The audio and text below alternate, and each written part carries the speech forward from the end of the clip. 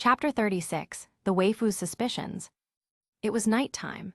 As always, Itachi had finished everything that needed to be done and was lying on the couch in the living room, staring at the black box in his hands. This box didn't seem ordinary. It had slightly sharp edges, strange obsidian-colored patterns, and its interior glowed faintly. Just guide a little bit of your consciousness into the box, and the transformation into a special demon will begin. Itachi recalled Surzet's words when he gave him the box. Still, Itachi hesitated. He was seriously thinking about running away and becoming a fugitive in the underworld, but Ria's Gremory's words had made him reflect. Surzet's Lucifer, huh? Itachi muttered. That man was the most powerful being in the underworld, Ria's Gremory's older brother, a true demon lord. Just as Itachi was toying with the small, square black box, Asia Argento came down the stairs. She saw Itachi sitting in the dim light, playing with the strange object, and squinted suspiciously. "Itachi," she murmured. The boy slightly turned his head to look at her. Their eyes met. She smiled, took several quick steps forward, and threw herself onto the couch beside him. Asia hesitated, her eyes narrowed. She felt Itachi's body against hers, blinked several times, and finally sighed. "Why aren't you in bed? Why have you been so distracted since those strange people visited us?" she asked. Itachi didn't respond. One hand gently stroked Asia's head, while the other placed the black box on a nearby table. "You're hiding something from me, Itachi," Asia whispered, pressing one side of her face against his chest. Her voice was soft and sad, laced with a hint of resentment. Still, he didn't reply, yet she didn't get angry. She simply stayed there, hugging him for a few minutes. The only light came from the moon shining through the open window. "Itachi," Asia said again after a while. She raised her head to see his calm face, narrowed her eyes, and sighed with a touch of resignation. "I heard an I accept that day. I don't know why, but I feel like that word meant something bad. What happened?" she asked. "Well," he paused, gently stroking Asia's head. She closed her eyes, leaning her head into his palm. Itachi couldn't help but touch her soft, naturally red lips. "You really look like Izumi," Itachi thought. Izumi's image overlapped with Asia's, but when he really thought about it, Asia looked nothing like Izumi. Powerful people from the underworld came.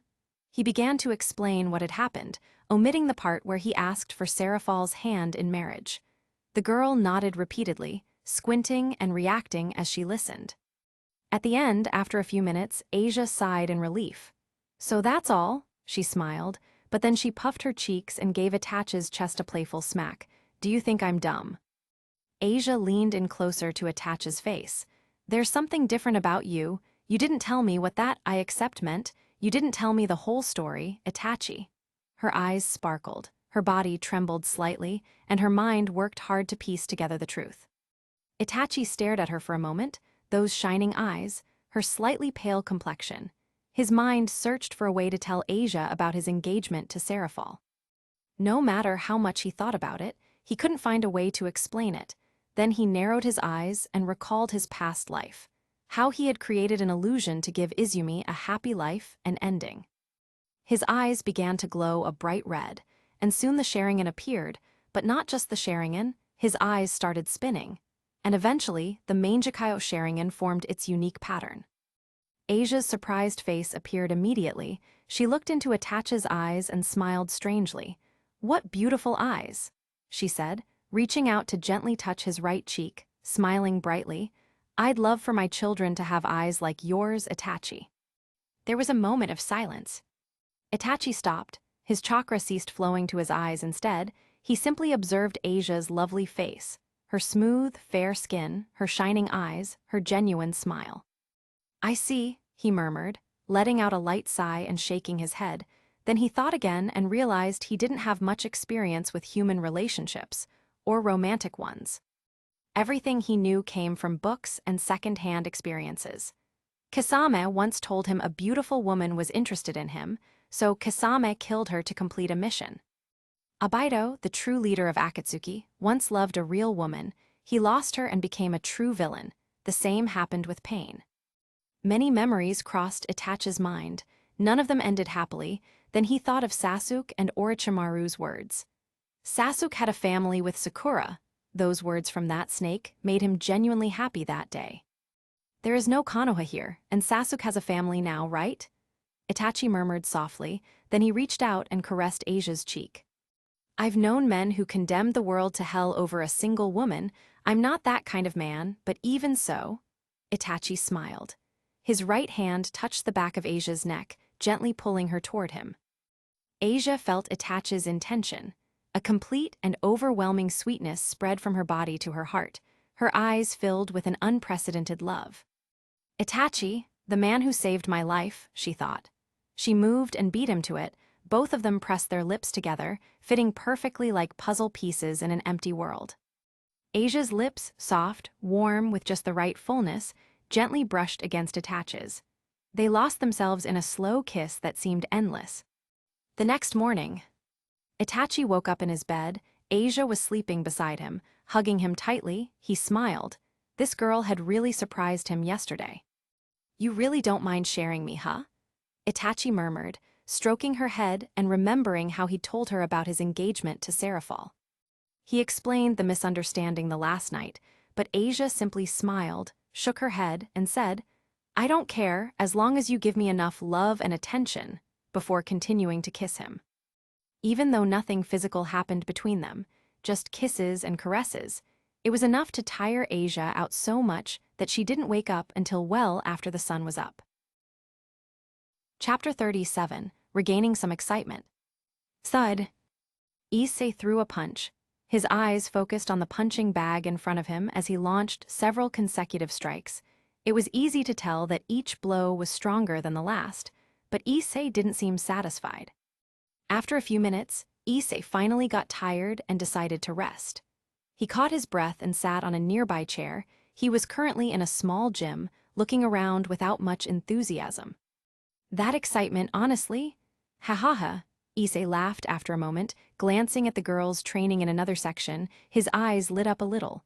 Looks like it was just a temporary loss of self, he muttered. Issei had been completely disheartened about women after a bad sexual experience with Kuoh, but over time, his libido recovered, and he slowly started returning to his old self. Although it's a lot less intense now, Issei murmured. Watching beautiful girls in tight gym outfits didn't have the same effect on him as before. Now, he looked at them differently. Despite the desire in his eyes, his mind no longer idealized them. Seems like you've learned something, boy. Now we can start focusing on what really matters. I suggest you concentrate on the chakra theory Itachi left you. DxD spoke inside Issei's mind, his voice calm and genuinely pleased. Issei said nothing. He calmly observed the change in his mentality and finally remembered Ria's Gremory, Akino, and Kaneko. After a moment, he sighed and couldn't help but think of Rainier. I still love her, he said, touching his lips and remembering how Rainier had stolen his first kiss, and his heart, however, despite the memories, Issei was different now. Though it doesn't hurt as much anymore, ha ha ha. Issei burst into laughter, drawing the attention of many people in the gym. After working up a sweat, he showered, returned home, and finally went to Kuoh Academy. But something felt off at the academy. Something's different, DxD. Feels like something bad's about to happen, Issei murmured in his mind as he looked around and sighed with resignation. Doesn't matter, he finally said. Issei, the president wants to see us. Akino Himejima approached him with a serious tone. Her voice lacked its usual flirtatiousness, and she seemed a bit nervous. He looked at her, his eyes quickly scanning Akino's body, from her legs to her waist to her chest, and finally to her face. For some reason, she had faint dark circles under her eyes. Goddess, Issei thought, smiling to himself. What kind of goddess would even have dark circles under her eyes? A genuine curiosity ran through him. He nodded to Akino, and in front of everyone, walked away with her. When they opened the clubroom door, Ria's Gremory was pacing back and forth, staring at the floor and deep in thought. When she saw them enter, her worried face shifted to slight relief. You're here, she murmured, stepped forward quickly and said, Kaneko has disappeared. Her words instantly silenced the room. Ria's took a step back and opened her mouth again. She left a note in the apartment we bought her, it says. Ria's looked for a sheet of paper on her desk. Thank you for taking care of me, President Akino. But the last fight against that strange demon and Kiba's recent death made me reflect. I've been wasting my time at school, now I'm going to follow Lord Orochimaru to become stronger. I'll kill my sister and come back when everything's settled. After finishing the letter, a wave of emotions crossed Akino's face, from shock to anger. She stepped forward, scratching her head and looking back at Issei. "What should we do?" she asked. Issei didn't know what to say. "Obviously we have to find her. At the end of the day, she's still part of the occult research club," Riaz said with strange conviction in her voice. It was already hard enough to beat Riser Phoenix without Kiba, but now, without Kaneko. Riaz lowered her head in disappointment. "I think I'll just give up. Let's go look for Kaneko and try to bring her back." There was a brief silence. Everyone in the room glanced at each other. The tension was heavy in the air. "Do we know where to look?" Issei finally stepped forward, drawing the attention of both girls.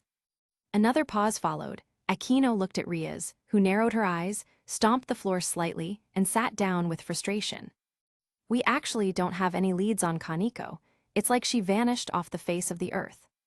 "Then, what if we call Itachi?" Issei suggested after a moment. The tension in the room suddenly lifted. Ria's Gremory looked up at the boy, her eyes lit up, a bright smile spread across her face, and she exclaimed, "You're a genius." Meanwhile, somewhere else. "Kuoh, I'm glad you came to find me, girl, you know.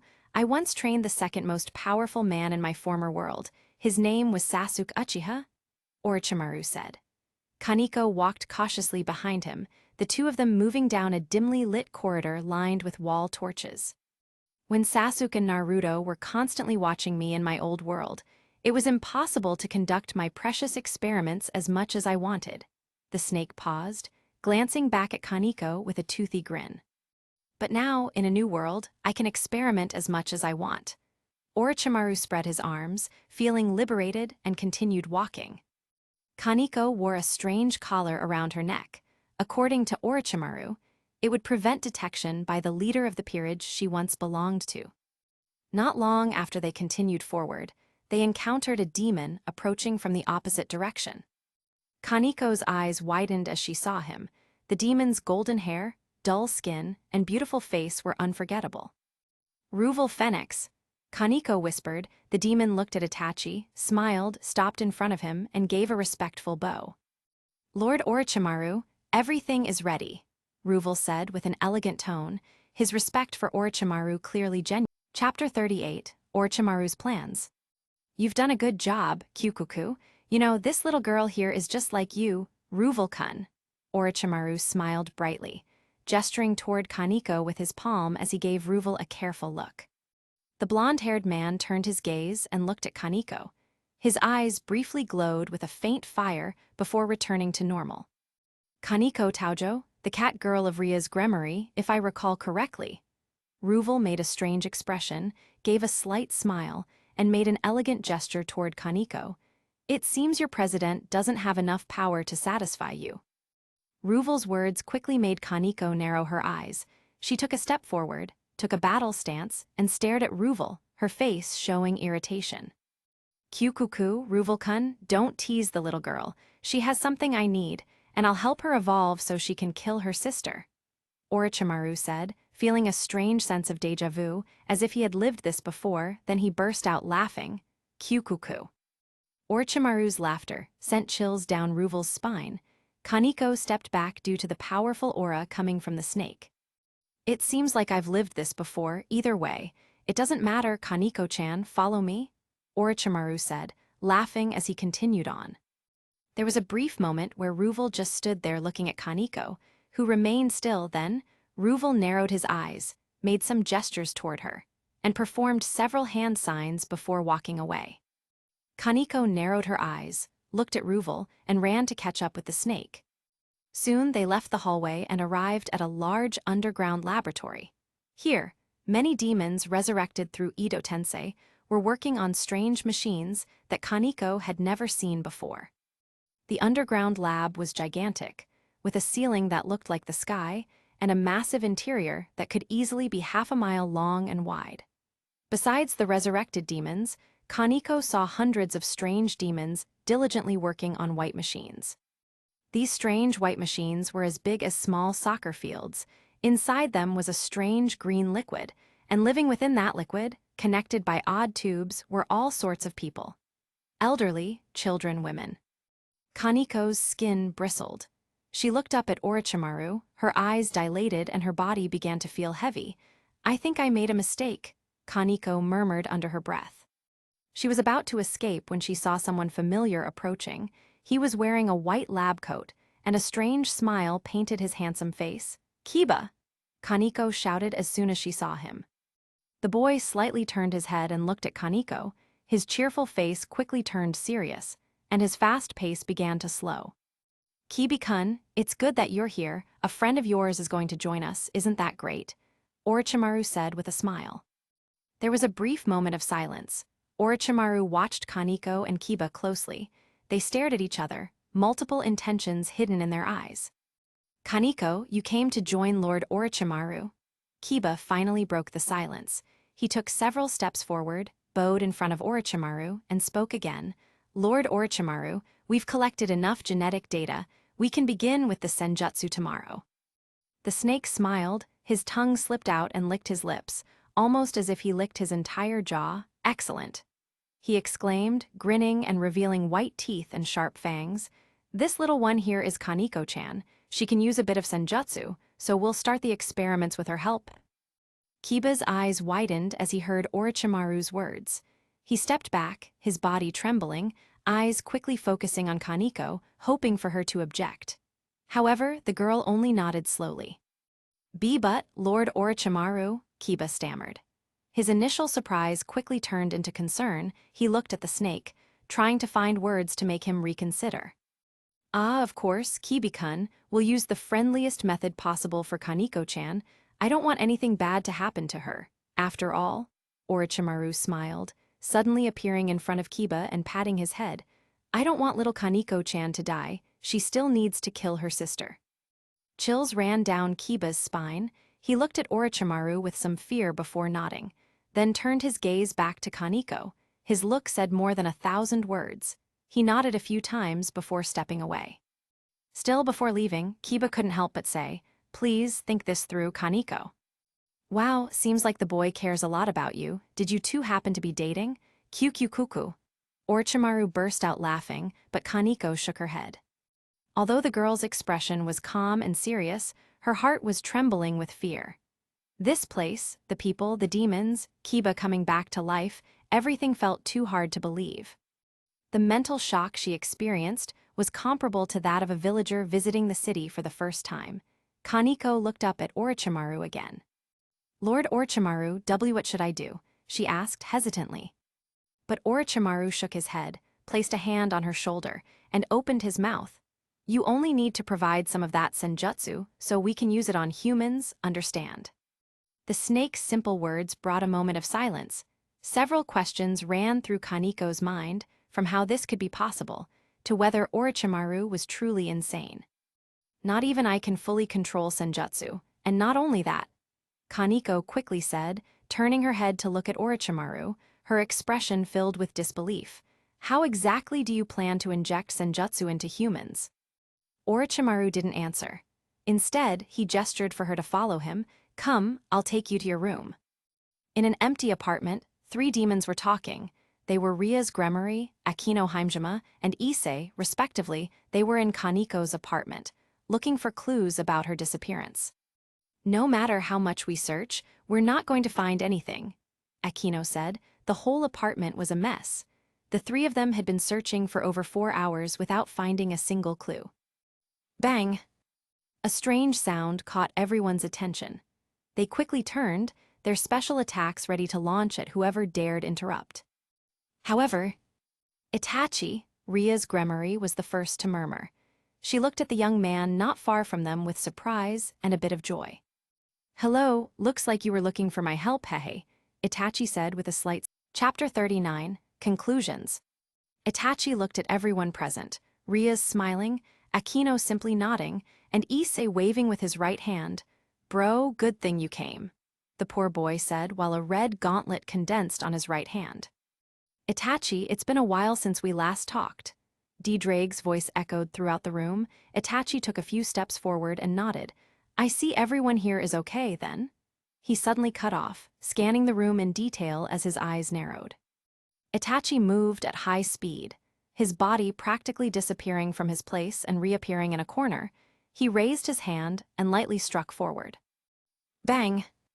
Itachi's punch generated a small shockwave, his fist impacting something soft that suddenly came out of the shadows. Grog, a loud cry of surprise was heard. A moment later, a strange demon with a small but robust body appeared before Itachi. What the hell? Issei blurted out as he saw this. Rias narrowed her eyes, and Akino quickly prepared to attack. No need, Itachi said, grabbing the demon by the neck and slamming him against the wall. The demon looked like a dwarf, with short arms and legs, a middle-aged man's face, and two small black wings on his back signaling his demonic nature. Itachi's eyes, visible only to the dwarf demon, changed color rapidly as his three-tomo Sharingan activated. Itachi quickly cast a genjutsu. My name is Variant Number 1. I was created by Lord Orochimaru, and I have the ability to become invisible. I came here too. The demon began to speak. The reason he was spying on Ria's grimoire and her peerage was to report to Lord Orochimaru in case he had unknowingly left behind any clues. After this, Itachi tightened his grip, and the neck of Variant Number 1 was completely crushed, killing him almost instantly. Itachi was about to speak when Issei's cell phone began to ring. Someone was calling him. Issei didn't hesitate, apologized, and quickly answered the call. Where are you? I'm at your house. I prepared something delicious, and you, idiot. A girl's angry voice came from the phone. Your parents said you just left the house. Issei, are you serious? Come back home now. Itachi recognized the voice coming from the phone. She was Akira Kuryuu's. He sighed with some annoyance. Asia also gets a little jealous when I don't come home for a while, Itachi muttered very softly. Wow, Issei, seems like your little girlfriend is upset. Maybe you should go back and give her some love in bed, ha ha ha. Akino laughed heartily, unable to resist joking despite the tense moment. Rias, on the other hand, face-palmed in frustration, clenched her teeth, and made a grimace before looking at Issei with shining eyes. Issei, we're doing something important. Can you ask your girlfriend not to bother us? Rias snapped angrily. She had little patience, especially with her raiding game against Riser approaching and her peerage still untrained. What are those voices? Issei, are you cheating on me with those bitches? The voice sounded again. It's not like that, Akira. I'm doing something important. Please, can you? Before Issei could finish, the voice returned even more hysterical. Stupid, idiot, traitor, horny dog.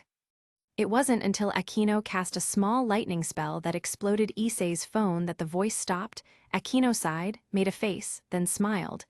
You'll work it out with her when you get home. Some lovemaking comes out in bed, that'll work. At least I hope so, she smiled awkwardly. I shouldn't meddle in your personal business, but you should leave her. Issei, a girl like she is no good, Rias added, shaking her head before turning her attention to Itachi. Itachi looked at Issei for a moment. Issei returned the gaze. Rias is right, best to leave her. Besides, better to be alone than in bad company, Itachi said, smiling at Issei and finally taking a few steps forward. Orochimaru is someone hard to catch. If I had to say, the best thing is to get help from high-ranking demons in the underworld, Itachi said, placing a hand on Issei's shoulder. There are no clues we can gather here. It's best to return home and stay alert for any strange events in the city, he proposed. He was about to leave when Rias stepped forward. Itachi, Rias narrowed her eyes and called out to the ninja, who stopped.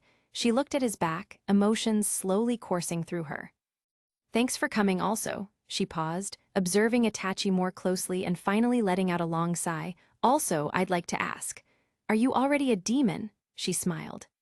She had sensed Itachi's aura the moment he arrived. It was different from his usual one. His movements were also more powerful and quicker in her eyes, so she quickly reached a conclusion. Demon? Then the rumors in the underworld are true, Akino said, an elegant smile crossing her face as she focused more on Itachi. Rumors, demon, Issei repeated, confused. There was a brief moment of silence. Itachi, still with his back to the demons, couldn't help but smile slightly. In fact, he had become a special demon after discussing it with Asia Argento. From Itachi's back, two enormous wings emerged. They are blacker than the void itself, radiating a powerful aura. Shockwave. Immediately, a powerful aura spread throughout the apartment. Issei felt a mighty force pressing him down. His breathing became harder, his eyes dilated, and he couldn't help but kneel before Itachi. The same happened to Rias and Aquino. They couldn't even look up. They dropped to one knee and lowered their heads, overwhelmed by Itachi's pressure. Incredible! Incredible! Incredible! All three shouted at once. Even their mouths moved with difficulty. They couldn't truly comprehend Itachi's power now that he had become a special demon. This is impossible. Rias struggled to lift her head to look at Itachi's back, but it was impossible. She breathed heavily and opened her mouth again. "Why, your aura is several times stronger than an enraged Seraph's," she murmured. Aquino's eyes widened in shock at those words.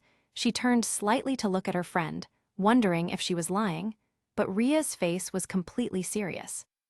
"I'm now the leader of the Uchiha clan in the underworld. Guys, I hope you remember that, Jejej," Itachi said, chuckling slightly at the end as he retracted his wings. The moment the pressure vanished, Rias, Aquino, and Issei quickly stood up to look at Itachi, but the ninja had already disappeared. Only they, the three demons, remained staring at the place where Itachi had stood moments before, then sighed. "You've always been like that, haven't you, Itachi?" Issei murmured softly before smiling broadly. Chapter 40, Trouble at Home. Issei returned home, completely exhausted. His body felt strangely drained, and his mind was teetering on the edge. He shook his head slightly. Kuryuu's call had been the final straw. This girl has been acting in such a way. He muttered to himself in frustration, walking calmly down the street, glancing at the houses around him. "I have to punish her and show her who the man in the relationship is," Issei said, patting his chest with a kind of unmatched confidence before quickening his pace. He looked ahead with a hint of curiosity, quickening his steps. "It's going to rain soon," he said while glancing at the cloudy sky, and before long he reached his house. His eyes narrowed upon seeing the front door ajar. He quickly entered and closed it behind him. There was something strange in the atmosphere. Issei walked forward toward the interior door of his house. He opened it with a slight push. Inside, the house felt empty, somewhat lifeless. There was a strange sensation in the air. He moved calmly, eventually reaching the kitchen. "Everything's clean, nothing here, it's empty." Issei observed his kitchen, perfectly organized, all utensils in place, the pots and pans neatly stacked in a corner. Clatter. A small sound quickly caught the boy's attention. He turned his head to the side, and there, entering from the living room, his mother appeared. She smiled upon seeing him and walked toward Issei. "Son, it's good to see you. Where have you been? Where did you go?" Mrs. Hyoudou hugged him tightly. Issei couldn't find the words. He simply accepted his mother's embrace. "Son, your girlfriend has been in your room for a while. We've tried talking to her, but she won't respond. We thought about calling the police." Mrs. Hyoudou began explaining how Kuryuu had locked herself in his room. "She started screaming, locking herself in your room, yelling your name, and then muttering some things under her breath." Mrs. Hyoudou seemed quite scared. "She's insane," Mrs. Hyoudou said. "Your father went to get help from the local police since they weren't answering the phone. Seems there are some problems," she explained. Issei narrowed his eyes. "I'm going up, Mom," he said. She hugged him tighter and shook her head gently, whispering, "Let the police handle it." But Issei didn't believe in that. His eyes began to glow faintly, his pupils dilated, and his mind entered a chaotic state. He, Issei, had known this girl Kuryuu for a while, and she was the one with whom he had his first sexual experience. Although that experience wasn't pleasant, for Issei, it meant more than just a relationship. "Mom," he whispered. He had formed a special bond with Kuryuu. Despite everything, her obsessive jealousy and erratic behavior, he believes that he really loves her. Issei narrowed his eyes. The pulsing sensation and pressure in his heart only grew stronger with time. He clenched his teeth and, with a precise strike, knocked his mother unconscious. "Sorry, but I had to. I used the minimum force possible. I won't hurt you, Mom, but I can't let Kuryuu go to jail." Issei murmured, quickly carrying his mother's unconscious body to a sofa before rushing up the stairs. Knock knock. Issei knocked on the door of his room once upstairs. He narrowed his eyes, cleared his throat, and said, "Kuryuu, it's me." There was a slight moment of silence in the room before several things were heard falling inside, followed by footsteps, and finally the door began to open. When the door opened, Kuryuu looked at Issei. Her eyes were completely red, her body covered in multiple injuries, and her shiny red lips formed a slight smile. "My love," she murmured, clenching her teeth, balling her fists, and finally locking eyes with Issei. "I thought you had run off with someone else and weren't coming back, so. Kuryuu began to stutter. Issei suddenly embraced her tightly. His heart couldn't bear to see Kuryuu acting this way. His soul was torn apart tenfold by every wound on her body. His eyes turned a deep red as countless ways to make it up to her raced through his mind. "I'd never leave you, my love," Issei murmured, hugging her almost too tightly. But instead of being uncomfortable, she returned the hug with all her strength. "Issei, who were the girls that spoke to you when I called?" Kuryuu asked, tightening her grip around Issei. Her eyes narrowed as she stomped the floor with almost too much force. Issei paused for a moment before smiling and shaking his head. "I'll tell you the truth, Kuryuu, I am a demon," he said, then proceeded to explain his true identity. Issei unfolded his wings, showed her his strength, his demonic abilities, his regeneration, everything. Kuryuu, on her part, watched all of this as if it were a dream come true. Kuryuu's mind raced through several emotions. From initial surprise to shock, doubt, and finally acceptance, she looked at Issei, saw his wings, reached out and touched them. "Warm," she murmured softly, smiling. She didn't quite know how to process all the information she had just received, so she simply stayed there, caressing the edges of Issei's wings. "The ones with me were the girls from the same peerage I belonged to, Ria's Gremory, the leader, and Akino Himejima." Issei finished explaining. Kuryuu nodded several times, smiling at him. "So, you're a demon under another high-ranking demon. The high-ranking demon leading you is Ria's Gremory," Kuryuu repeated. She believed Issei's words, smiled joyfully after a moment, and finally sighed. "You know, you telling me all this really makes me feel special," she said, rubbing her cheek against the edge of Issei's wings. "Am I the only one you've told this to?" she asked. Issei nodded repeatedly, then once more she smiled, showing her white teeth. Then, Kuryuu blushed. "Can we do it while you're transformed as a demon?" she asked, lowering her head in embarrassment, covering her face with both palms, and speaking almost temptingly. There was a brief moment of silence, which was quickly broken by Issei's laughter. "Of course, Issei was about to say something when he heard the police sirens outside, so he quickly hugged Akira. "You have to leave, my dad came back with the police," he murmured. However, Kuryuu narrowed her eyes. "But I didn't do anything wrong other than screaming in here." Those words brought clarity to Issei's mind. "That's right, you didn't do anything wrong, so. Shit!" Issei shouted. "Why did I knock out my mom if Kuryuu didn't do anything wrong and wouldn't go to jail for this?" he asked himself, practically scolding himself in his mind. "Issei," Kuryuu murmured, hugging him and smiling quietly. Meanwhile, in poor Issei's mind, D-Drake's voice echoed with a loud, clear ha-ha-ha-ha. Chapter 41, Rating Game. A few days had passed since the little incident at Issei's house. After the police found nothing wrong, and Issei convinced his parents not to say anything bad about Kuryuu, they quickly left. The last few days had been somewhat relaxed at Kuoh Academy, and soon the summer vacation arrived. During this time, Rias took the remaining members of her peerage to train. "Although the chances of victory are almost nil, we still have to find the strength to fight," Rias murmured. She, Akino, and Issei were on top of a small mountain, where there was a cabin where they would all stay for the next month before facing Riser Phoenix. "Actually, even if the odds are minimal, we aren't defeated yet, are we?" Akino murmured with a slight smile. She stepped up to Issei and gently tapped his head. "Besides, we have this little piece of shit with us. He's the Red Dragon Emperor, ha-ha-ha-ha." She burst into loud laughter. Issei squinted, said nothing in response to the tap, and simply stood there, sighing with disinterest. "That's right, Issei is the Red Dragon Emperor, but he's the weakest among us." Riaz narrowed her eyes as she observed Issei. The theory of chakra usage, maybe that could help strengthen Issei's foundation and allow him to benefit more from his sacred gear, Riaz said, quickly smiling as she looked at the boy quietly standing behind Issei. Riaz's smile was shared by Akino and Issei, both of whom also turned their heads to glance at Itachi, not far away. Itachi, no, Lord Uchiha, thank you for coming.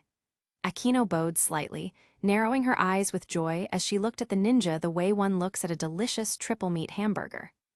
It's incredible that you still haven't traveled to the underworld to take charge of your territory and clan, HMPH. Riaz sighed with some frustration. She recalled how Surzetz had called her to talk to Itachi.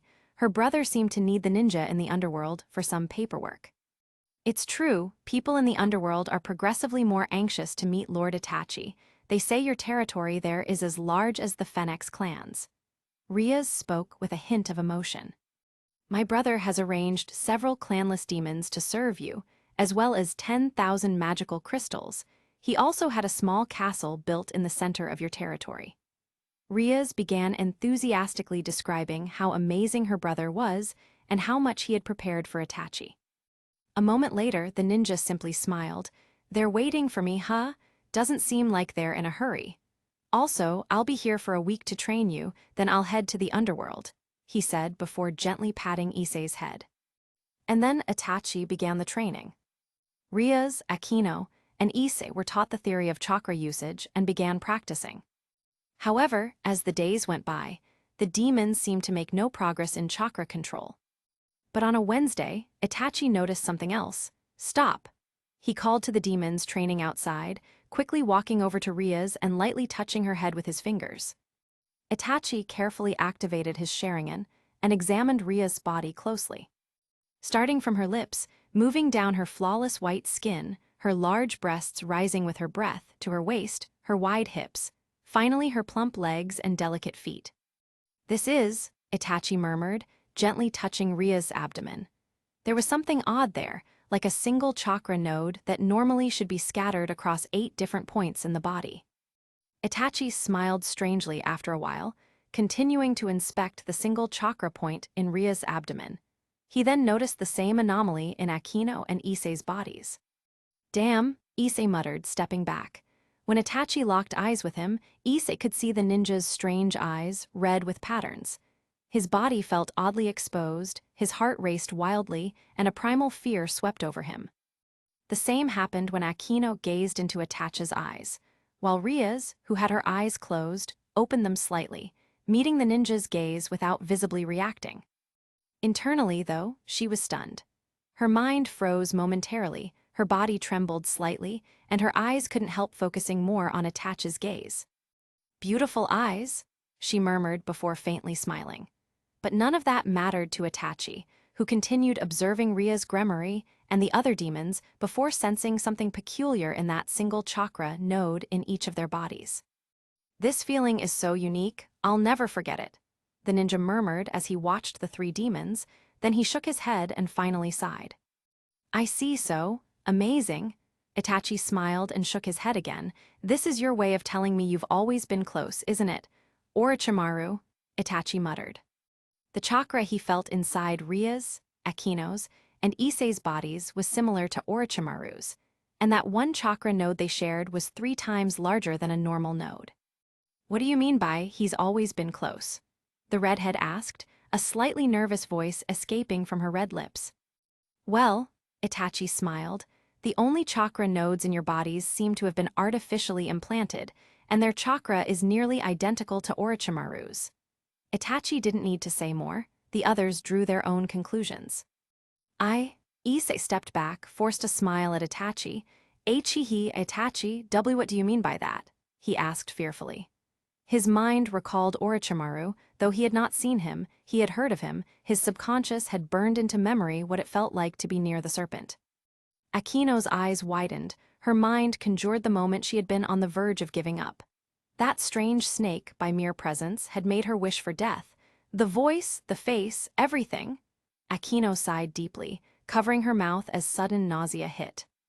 Riaz was no better. The mere thought of something inside her body with chakra similar to Orochimaru's was enough to make her stagger. "It doesn't seem lethal for now," Itachi said after a moment. He gently touched Ria's stomach again, narrowing his eyes. "But it's strange, it's a very unusual chakra node, even so." Itachi hesitated. "What's inside you seems more like a chakra reservoir that slowly fills over time," he concluded, yet his expression remained unsettled. He didn't know when nor how Orochimaru might have implanted that strange chakra node inside Ria's, Akino, and Issei. Ria's narrowed her eyes, forcing herself to stay composed and adopting a serious expression. She looked at Itachi with a strange stare. "Can I use the chakra from this strange node?" Her question was direct. "I'm not certain, but you should be able to," Itachi replied, though countless questions raced through his mind. Chapter 42, Nature of Chakra and the Underworld. Ria's face turned serious, her eyes focused on Itachi as she spoke.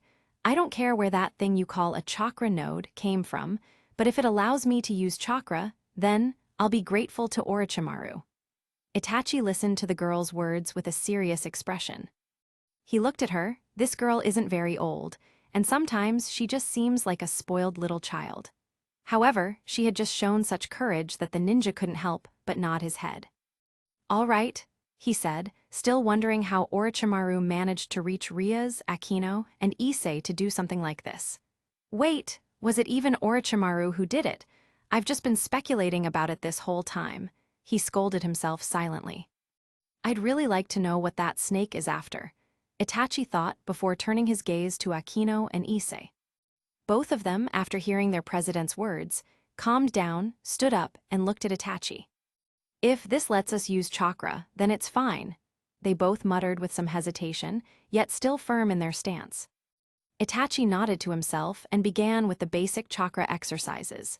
He discovered that the chakra nature of the three demons was aligned with the 5 basic types: water, earth, wind, fire, and lightning. This genuinely surprised him. Nevertheless, he continued with the training. In a month, they would face Riser in a raiding game, and Itachi left behind several scrolls with basic techniques and one forbidden technique for demons after completing the first week. Then, together with Asia Argento, he created a portal he had recently learned, leading to the underworld. The underworld, after the Great War, had been completely remodeled. The territory that had once been divided among the 72 clans was no longer intact. The remaining clans kept their lands, and some even gained more territory thanks to powerful feats. Between the Baal and Phoenix clan territories, there had been a land that once belonged to a powerful clan was completely abandoned. However, for some time now, several pure-blooded demons without family were hired. They had been cleaning and rebuilding the area. That territory was to be assigned to a new demon clan to be founded in the near future, or at least that's what the current Lucifer had said. Hundreds of high and mid-ranking demons were discussing it. Some were reincarnated humans, some were members of the peerage of high-ranking demons, and some were just moderately powerful demons. All of them had been recruited to completely renovate the area, the place that would be the territory of the Uchiha clan. The territory covered at least 100 square miles and had been cleared, revealing lush greenery. A large wall had been built around the territory, and a beautiful castle stood at the center. However, due to the vast size of the Uchiha clan's territory, the castle, although large and majestic by human standards, looked like a small puppy in a big yard when seen from above. Inside the Uchiha clan castle. Here, several mid-ranking demons were elegantly dressed, around 20 demon girls and 20 demon boys. With them were 5 high-ranking demons, seemingly in charge. These 45 demons had no clan. Although some were powerful and of pure blood, they had not joined any demon clans for various reasons. One of them, a middle-aged, elegant, and dignified demon, was giving orders constantly to the 40 well-dressed mid-ranking demons. "Let's go, everything must be ready for Lord Itachi's arrival. Lord Surzets has informed us he could arrive at any moment." His voice was both commanding and refined, leaving no room for doubt. The mid-ranking demons quickly nodded and resumed their duties. Some were cleaning, others arranging things inside the castle. All of them were essentially castle servants. Mr. Butler, when will Lord Itachi arrive? Asked one of the high-ranking demons in charge of the castle's security. Mr. Butler was a demon of slightly stocky build, wearing an elegant suit with deep red, almost black hair. His eyes were slightly stern, and he had the face of a middle-aged man. Mr. Butler turned to the security demon and shook his head. It's impossible for me to know when Lord Itachi will arrive, but we must be prepared. In the middle of their conversation, right in the center of the main hall, a large black magic circle began to condense. This anomaly immediately caught the attention of everyone present. An attack, the security demon wondered, getting into battle position. The 40 mid-ranking demons also quickly took battle stances. However, Mr. Butler remained silent. He watched the portal for a moment, then widened his eyes. Bow down, fools! He shouted with force and magical resonance in his voice. Lord Itachi is approaching. As Mr. Butler's words reached the ears of all the demons in the main hall, their eyes opened wide, and they dropped to their knees, even though they were scattered throughout the castle's grand hall. Suddenly, a powerful demonic aura pressed down on the entire castle. At once, a faint darkness seemed to engulf the place, and all the demons present collapsed to the ground, the mid-ranking demons hitting the floor with dull thuds, barely staying conscious. The 5 high-ranking demons, except Mr. Butler, fell completely to the ground, unable to lift their heads. However, the middle-aged demon, Mr. Butler, despite kneeling on one knee, still raised his head forcefully to catch a glimpse of whoever would emerge from the teleportation circle. Chapter 43, Analyzing the Problems. In the territory of the Phoenix clan, Riser, Ravel, Lord Phoenix, and Mrs. Phoenix were talking in the grand hall of their palace when they felt a powerful presence. The ground trembled slightly, causing the liquid in the glasses on the table between them to ripple. Riser narrowed his eyes and looked in a specific direction before sighing with some concern. That should be Itachi Uchiha. Riser's voice sounded a bit timid. He clenched his teeth and bit his lower lip while falling silent. Lady Phoenix, for her part, looked in the direction of Itachi's territory. The expression on Lady and Lord Phoenix's faces was a sight to behold. They were both utterly stunned, almost unable to believe the powerful aura emanating from that place. Father, Ravel was about to say something, but couldn't find the words to express her emotions at that moment. She simply shook her head while looking at Riser, various emotions reflected in her eyes. This power should be equal to or perhaps even slightly greater than Lord Ajuka's. It's astonishing. Lord Phoenix finally spoke. He stood up and then vanished from the grand hall. In the sky above the castle, Lord Phoenix's body reappeared after an intense flare. A special demon, huh? He murmured, fully aware of what that meant. In the territory of the Bale clan. Here, Lord Bale and Ser Georg Bale were having a small discussion. They were talking about the new clan that would be formed when they felt the ground vibrate slightly. Both of them, standing in the courtyard of their grand castle, turned their heads in the direction from which the powerful aura originated. Lord Bale fell silent. His eyes narrowed while his body seemed to vibrate with slight excitement. Father, Ser Georg chuckled under his breath, it seems Lord Uchiha has finally arrived. Should we pay him a visit? He grinned deliberately, his muscles cracked, his bones vibrated, and his very body was telling him to fight this Itachi Uchiha. HMPH, but Lord Bale simply shook his head, looked at his reckless son, and sighed with a touch of disappointment. You're a damn berserker, boy. You need to learn to control your emotions if you want to inherit the clan. For now, we will simply observe what Lord Uchiha does. Lord Bale's clear order made Ser Georg sigh in disappointment. He gave one last look in the direction of the Uchiha clan's territory before shaking his head. Several demons not far from the Uchiha clan felt Itachi's powerful aura. They quickly spread the word, and in no time, the entire underworld would know that the leader of the Uchiha clan had arrived. In the Uchiha clan's castle. My lord, you has arrived. Mr. Butler quickly stood up when he felt Itachi's aura completely vanish. He stood tall, eyes wide open, and wore a nearly crazed smile on his face. Haha, Lord Uchiha is so. Mr. Butler couldn't help but blush, his middle-aged face turning a rosy shade as he continued smiling. He's so beautiful. Lord Uchiha. Lord Uchiha. The 40 mid-ranked demons quickly bowed before Itachi, many of them clearly thrilled. After all, the more powerful a clan leader is, the better the future for the clan. Of course, Itachi simply raised his right hand. "Everyone, stand up. My name is Itachi Uchiha. I am the leader of the Uchiha clan and the rightful owner of these lands from now on." Itachi made his introduction. The demons were amazed. In fact, the ninja didn't need to say anything. His sheer strength was enough to make the demons feel ecstatic. After a brief exchange of words with Mr. Butler, Itachi was led to a grand office, elegant and beautifully decorated, where he decided to spend the afternoon. Asia, of course, always walked behind him. "Now that I'm here, many high-ranking demons will come to talk," Itachi murmured quietly. He had already learned everything about the underworld through Ria's Gremory. However, the most important issue remains Orochimaru. Itachi said, then looked at Asia, who was sitting on a sofa not far from him. He smiled, pulled out a book titled The Origin of Things from the bookshelf, and placed it on his desk. "At first, I thought the reason you could use chakra was simply because you are naturally human, but," Itachi said, his voice obviously directed at the petite Asia nearby. The girl lifted her head slightly, observing Itachi with her beautiful eyes. "It may be that you humans and the supernatural beings of this world do not naturally possess chakra nodes," Itachi concluded. He opened The Origin of Things, which had Issei Beelzebub listed as its author on the cover, and began to read. Asia narrowed her eyes, looking at Itachi from her sofa.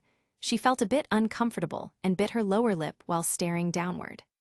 "Itachi," Asia was about to speak when the ninja simply shook his head. "Orochimaru is quite unusual. His behavior has changed since the last time I saw him," he murmured, continuing to flip through the book. The theory of creation, the almighty God, Christianity, the struggle of the dragons. Itachi read so fast that one might think he was flipping through the book like a machine. Asia narrowed her eyes further, got up from the sofa, walked over to Itachi with curiosity, and saw the pages turning rapidly. "I see," she said before smiling and stepping a little closer to the ninja. "The wormhole theory, huh?" Itachi finally said after finishing the book in under a minute. He sighed with a hint of resignation, turned around, and raised a hand to gently pat Asia's head. "Knock knock." Before Itachi could grab another book to start reading, there was a knock at the office door. He looked up, deactivated the Sharingan, and calmly said, "Enter." The one who appeared at the door was none other than Mr. Butler. He gave a slight bow before opening his mouth. "Lord Itachi, I apologize for disturbing you. Lord Surzets has come to visit. He is in the main hall, waiting for you." Itachi nodded at Mr. Butler's words. "There are many books here with interesting theories about the world. I recommend the author Issei Beelzebub. Read a bit. I'll be back soon," he said, while patting Asia's head a little more affectionately. HMPH. Asia hugged Itachi tightly once before letting go. And after leaving the room, Itachi gave orders to attend to Asia's needs and then headed down to the main hall. Surzets was quite calm. One could even say there was an expression of extreme satisfaction on his face. HMPH. Surzets murmured softly, humming a small tune as he sat on a sofa, sipping some wine and watching several mid-ranked demons work throughout the castle. Chapter 44. Small Talk and Preparations. Surzets blinked slightly, his eyes barely focused on the servants, soon found a new focal point. In the distance, not far away, calmly descending the grand staircase, Itachi Uchiha made his way down. The Lucifer's eyes narrowed slightly.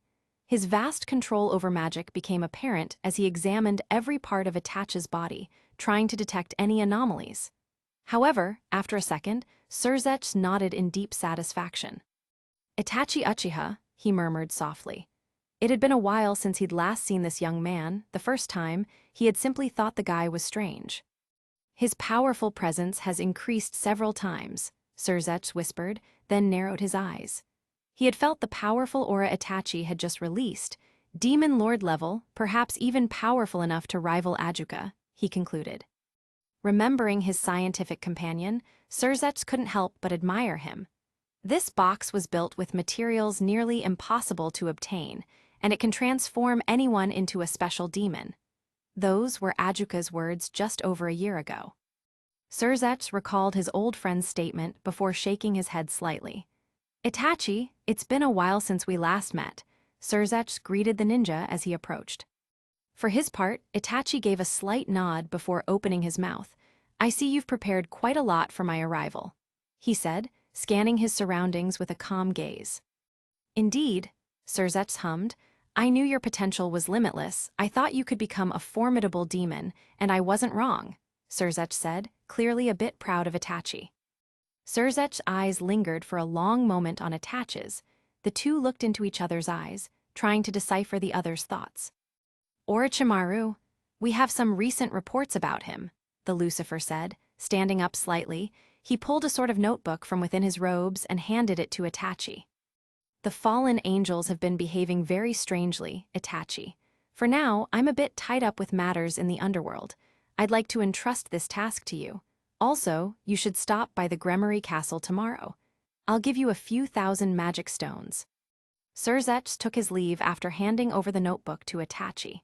He didn't say anything else. His demeanor was just as reserved when he left as when he arrived. The ninja's eyes lit up with a strange glint as he opened the notebook and read its contents. I see. Itachi smirked, let out a sigh, and glanced at Mr. Butler in the distance. Heh. A slight chuckle escaped his lips. Looks like I've been slacking off too much, getting soft, he murmured before calmly putting the notebook away. In the human world, at night. Is this the place? Issei asked himself, looking around. Night had already fallen completely, and few people were passing through Kuoh City's plaza. The boy took a few steps forward, unbothered by the strange chirping of birds in the sky. Then, he focused his gaze on a space behind the park, a spot where the forest began. He continued walking, entering the woods, and his eyes quickly scanned the scene in front of him. I see, the poor boy muttered, his gaze fixed on a specific spot. There was nothing unusual to the naked eye, not even a disturbance, just some grass on top, but he knew it was there. He remembered his old conversation with Itachi. Issei's memories. Itachi, the poor boy had taken several steps forward. His childhood friend was about to leave after teaching them the basics of chakra. The ninja had looked at him for a moment before smiling and tapping 2 fingers against his forehead. The boy felt a small jolt of affection in his heart, smiled, looked up, and then clenched his teeth. He hesitated. He knew what he was about to ask would sound strange, possibly even stupid, but Itachi smiled broadly and simply waited. After a few seconds, Issei mustered the courage to speak again. I want to know where Yuma's body is buried, he said, lifting his gaze and staring into Itachi's black eyes with determination. However, his childhood friend didn't answer. He simply stood there, smiling and returning the gaze. After a moment, he finally sighed. Issei, he said, sounding unsure for some reason. How hard is it for you to just forget her? Itachi's question caught Issei's full attention. It sent him into a whirlwind of thoughts about himself and his life, but it didn't take him long to reach a conclusion. I want to see her. The poor boy spoke again with determination. He didn't know why, he didn't know when or how Yuma had gained such power over his mind. Was the kiss, he would have said, if it weren't for the fact that the memories of Yuma in his mind didn't just loop that single scene. No, everything about Yuma did. Kuryu is mine. She's my girlfriend and she'll be my wife, my woman, Issei had said, making Itachi raise an eyebrow.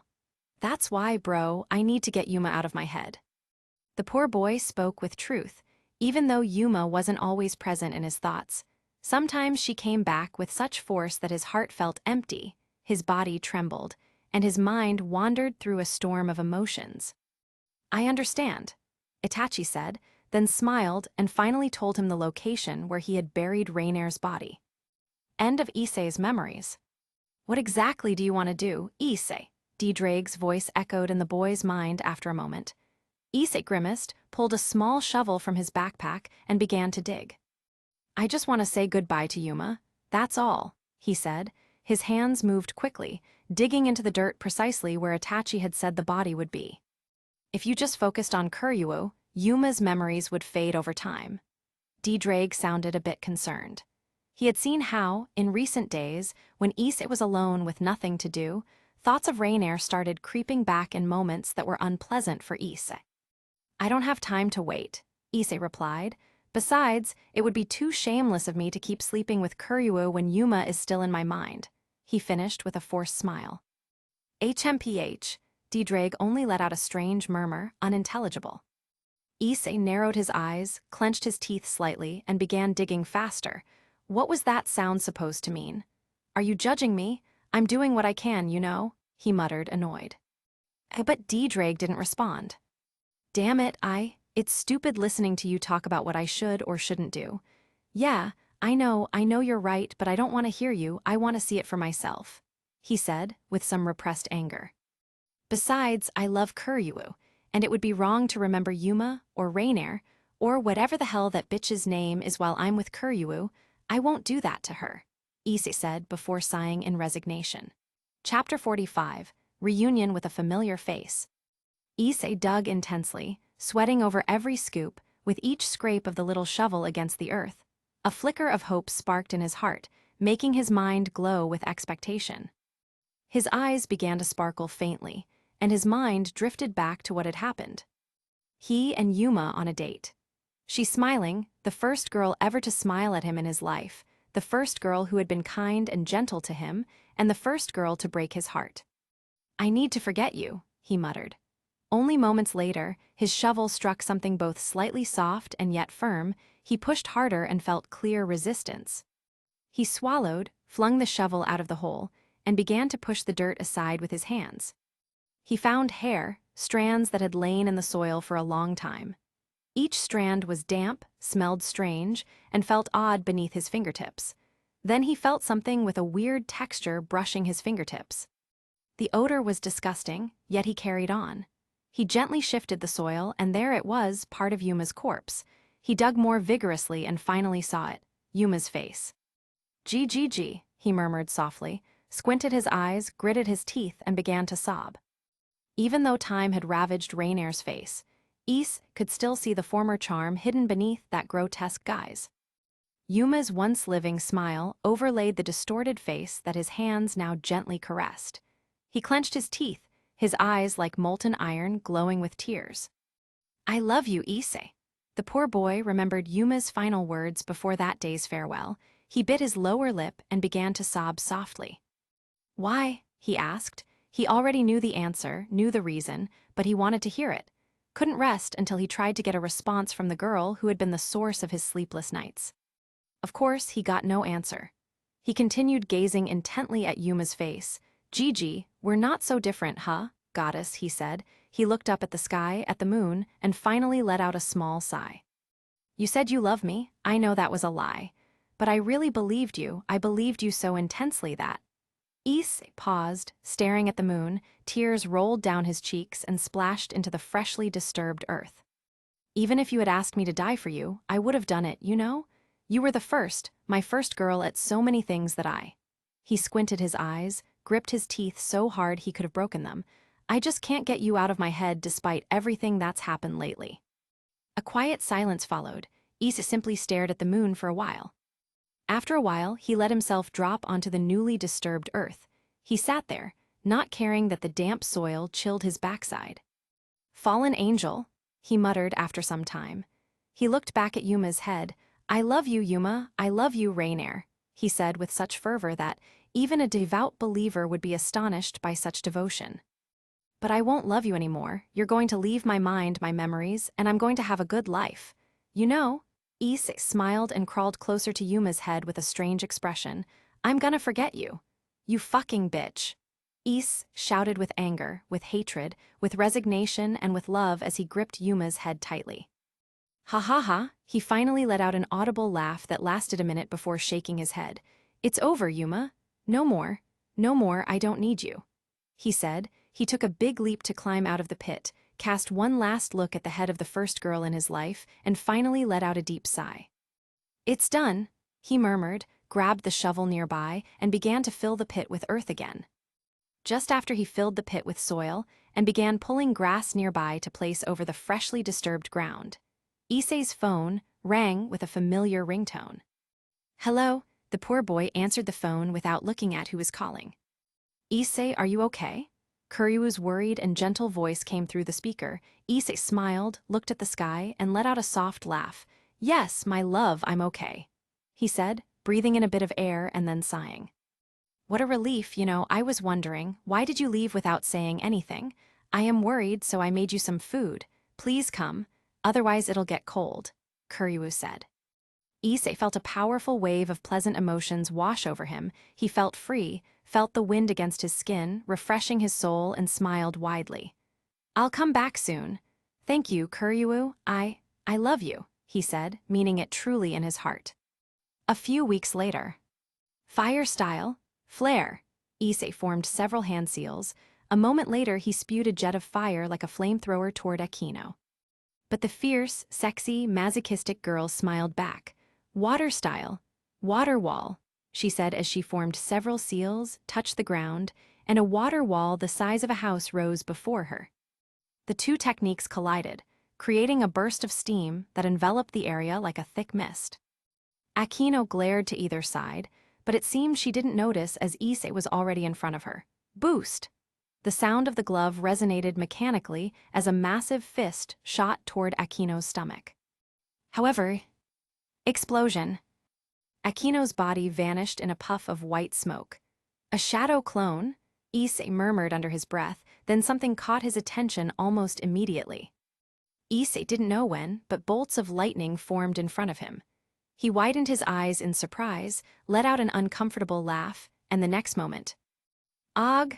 Issei screamed in pain as violent electricity coursed through his body. Sufficient, Ria's Gremory's voice came from not far away. Akino wins. Ria's declared the end of the duel. Issei bowed his head in embarrassment, while Akino smiled radiantly. No need to be sad, Issei. At the end of the day, you've made quite some improvement with fire style, Akino said, moving her body seductively as she narrowed her eyes at the poor boy. That was an interesting demonstration, Itachi said from not far off, nodding. You still need a lot more practice, but you've improved considerably. Itachi approached, tossed 3 scrolls toward Ria's, and finally smiled. Asia, walking just behind Itachi, quickly drew the attention of everyone present. Akino couldn't help but look at her with surprise, then shifted her gaze to Itachi and smiled even more widely. Looks like you don't like wasting time, huh, Itachi? She teased, which made little Asia blush. Chapter 46, Orochimaru's Base Found. It's a pleasure to see you, Lord Uchiha. Ria's Gremory gave a formal salute, then glanced at Akino and Issei, signaling them to slightly bow toward Itachi as well. After a moment, she finally spoke again. We've been practicing the jutsus you taught us. It seems we've made a somewhat decent progress. Ria smiled and gestured around them before continuing. Thank you for that, Itachi. She blushed. For the past few weeks, she had been thinking about what Itachi had done. Some news from the underworld came to her mind, and she couldn't help but smile. On par with the best demon lords, huh? She thought. She knew Itachi was a rare man to find and, of course, couldn't stop thinking about him, about their previous encounters. Too tough, brusque, sometimes rude, but cute. Ria's clenched her teeth tightly, feeling a sweet, shivery sensation run through her body. Then, like a good girl, she spoke. Lord Uchiha, I would like to invite you to watch my battle against Riser from the Gremory family's box. Ria's words immediately caught Akino's attention. She turned her head and looked at her president with wide eyes and a bright smile. After all, for the head of one clan to watch a raiding game from another clan's box was a sort of omen for a wedding. Itachi had also learned about these peculiarities of demons a few days ago. He smiled slightly and calmly took a few steps forward. Ria's looked at him, blushing deeply, with a smile struggling to spread across her face as Itachi approached. The scent is... She rubbed her legs lightly. Itachi towered over her by far. She bit her lower lip, struggling to lift her head. I can't, she thought, bending slightly while clasping her hands in front of her miniskirt. However, once Itachi was close to Ria's, he simply pressed 2 fingers to her forehead, making her raise her head to look at him. It's not necessary, Ria's Gremory. I will have my own box at the event and will be waiting for your victory. He smiled brightly. Damn it, Akino cursed in her mind, but she couldn't have been happier. She had never seen her friend look so intense as in that moment. She was completely euphoric. Did he just reject the president? She thought, biting her lower lip. This is incredible. She stomped the floor. Asia Argento, not far behind Itachi, sighed in relief. She had almost been overtaken by jealousy a moment ago, and the consequences would have been unimaginable. But on the other hand, Issei Hyoudou watched this with mixed feelings. He felt the emotions his president had toward Itachi. Issei swallowed hard, and once again the old question crossed his mind. Why is Itachi so popular with girls? Even though he kind of knew the answer, he was still intrigued. He looked at Itachi. You're strong, equal in power to the top demon lords according to the president, handsome, tall, and yet it doesn't seem like you spend much time with girls, the poor guy thought. In his mind, that was the profile of a classic protagonist in a teenage romance novel. Well, after all, you're Itachi, bro. Issei smiled, then thought of Kuryuu and rubbed his hands. But this girl has been acting a little strange lately. Maybe I should find out what's going on, he thought curiously. After exchanging a few more words with Ria's Gremory, she left through a portal to the underworld, along with her peerage. Itachi, where are we going? Asia asked curiously. She was being carried in the ninja's arms as he flew at great speed, covering an incredible distance in just moments. According to Surzets, a base of Orochimaru was found not far from Kuoh. I'm going to investigate it, and tomorrow we'll attend the redhead's raiding game, Itachi decided, and Asia nodded. After flying for a few more minutes, Itachi arrived at a base of a mountain in a forest outside Kuoh City. His Sharingan activated and quickly scanned the area, immediately finding the entrance to a sort of underground base. This reminds me of a novel I once read, Asia said quietly. Both had already descended and were walking through a corridor lit only by a small orb of light in Itachi's hand. Novel? The ninja asked, curious. Children of the Prophecy, Asia answered, making Itachi raise an eyebrow. He thought he had heard that phrase somewhere, but the ninja couldn't remember where. Itachi paused for a moment, examining his surroundings before continuing to walk. What's the story about? He asked, now a little more curious. Itachi, it's the first time you show interest in my novels, Asia said flirtatiously, stepping closer to the ninja with small hops. HMPH, the ninja said nothing.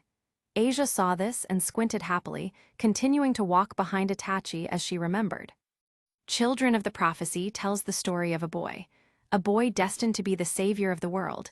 It's mostly about this boy saving the world, although, well, it still doesn't have an ending, Asia lamented softly. After a moment of silence, in which only their footsteps could be heard in the corridor, Asia made a light, cheerful noise with her hands.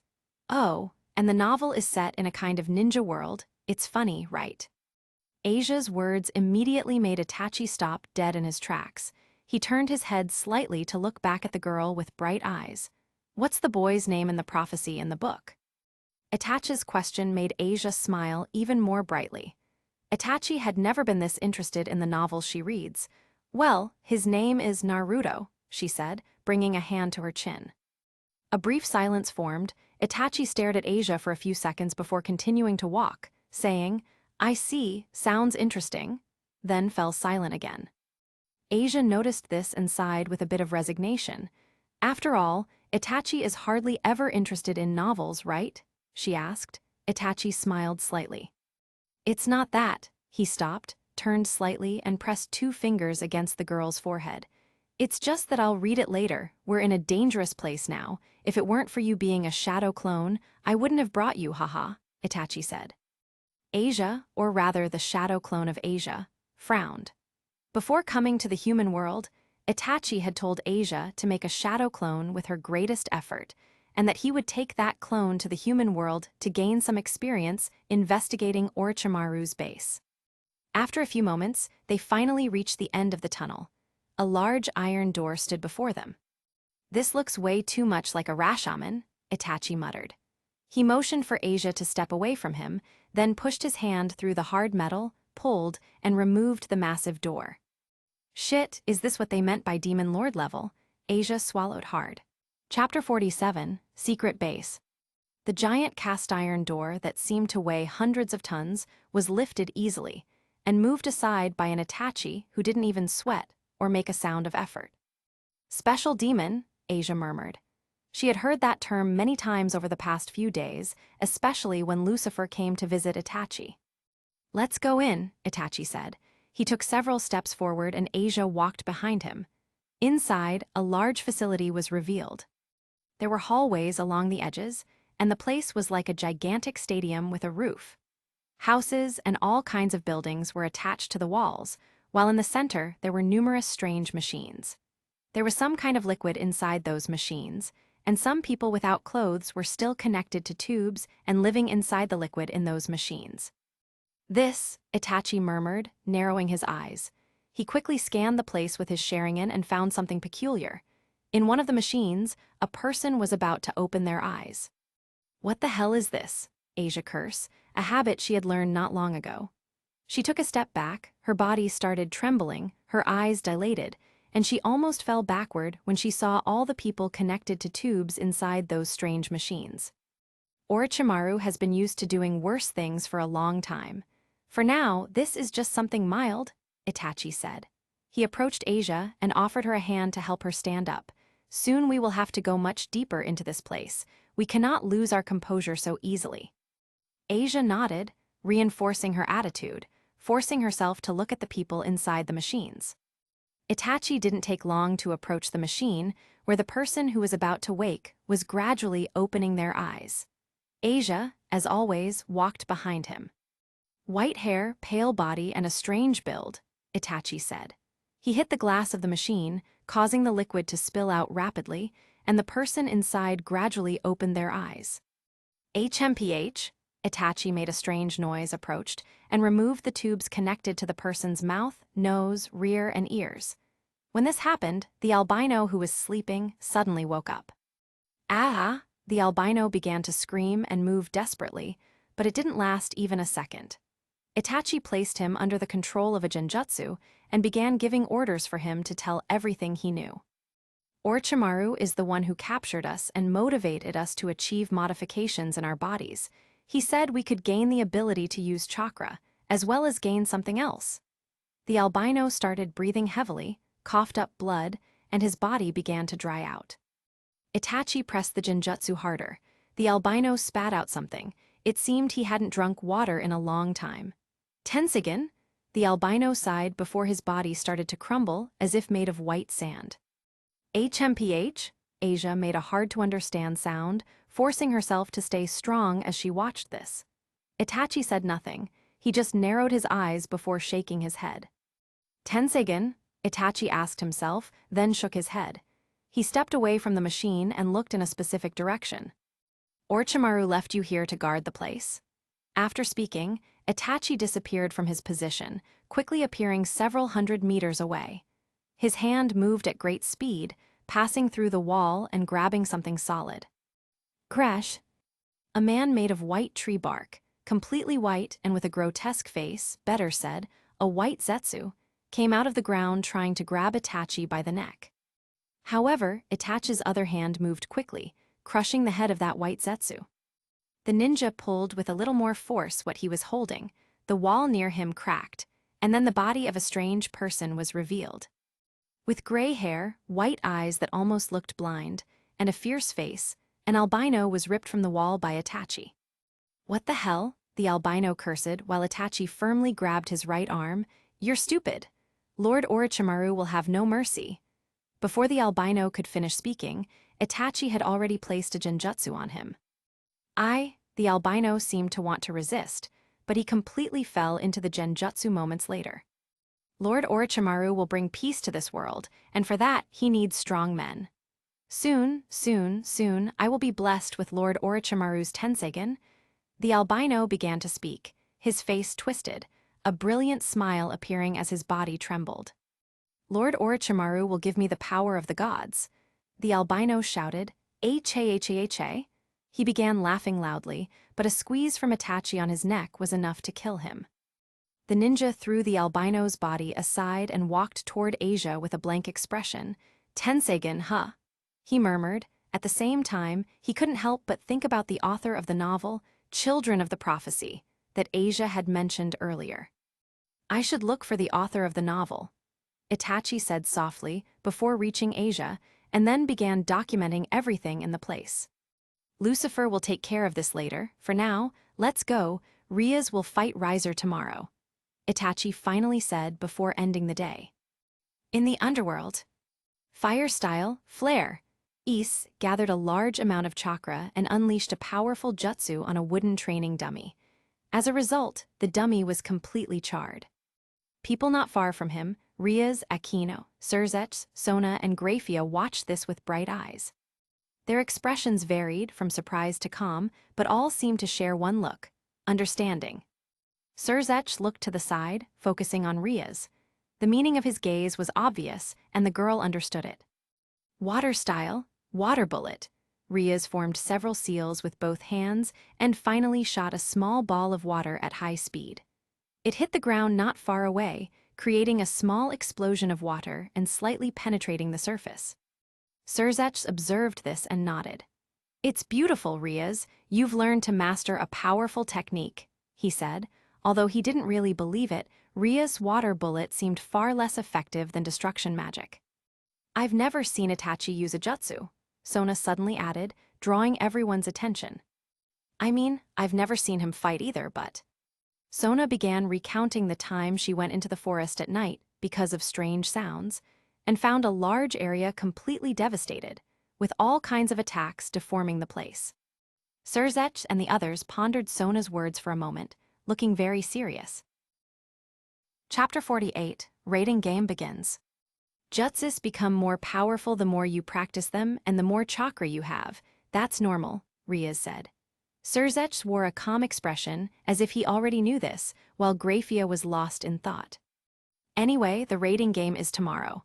Do you think you can win?" Surzech asked. Rias bit her lower lip lightly, looked at her hands, then thought about the 3 scrolls Itachi had given her. "I'm sure I can. After all, Lord Uchiha will be there." The redhead blushed slightly and smiled as she looked at her brother and everyone present. The next day, several heads of important clans and high-ranking demons had gathered in the main coliseum of the Gremory family. Thanks to prior orders from Surzech, taking into account there was a new clan leader in the underworld, the rating game was organized as an event to bring together many high-ranking demons. Also, for pragmatic reasons by Lucifer, it was established that the Colosseum would serve as the official introduction of the Uchiha clan to the high-ranking demons in the underworld. The main Colosseum of the Gremory family was filled with high-ranking demons talking among themselves. There were 5 boxes connected to each other, built as large private rooms, designated for the invited clan leaders on this occasion.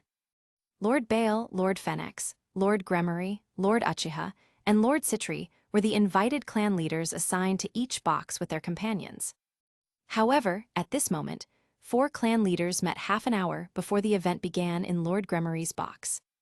The 4 clan leaders, excluding Lord Uchiha, were talking animatedly among themselves.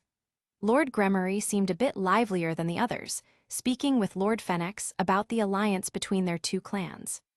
"Once our families are united, we can establish many businesses. Besides, I've been hearing some news," Lord Phoenix said with his eyes slightly narrowed. "Are you referring to the fallen angels? They've been acting very strangely lately," Lord Phoenix said. He sat on a sofa near Lord Gremory and began sipping the wine in his glass. "On top of that, there have been reports of humans disappearing in large numbers and very quickly," Lord Gremory said. Lord Baal and Lord Citri, not far away, were listening to their conversation and didn't hesitate to join in. The atmosphere soon became livelier with the 4 most important clan leaders of the underworld gathering. "The cause of all this is that Orochimaru everyone's talking about. Lord Uchiha should arrive soon to give us a little explanation," Lord Baal said, then looked in a specific direction.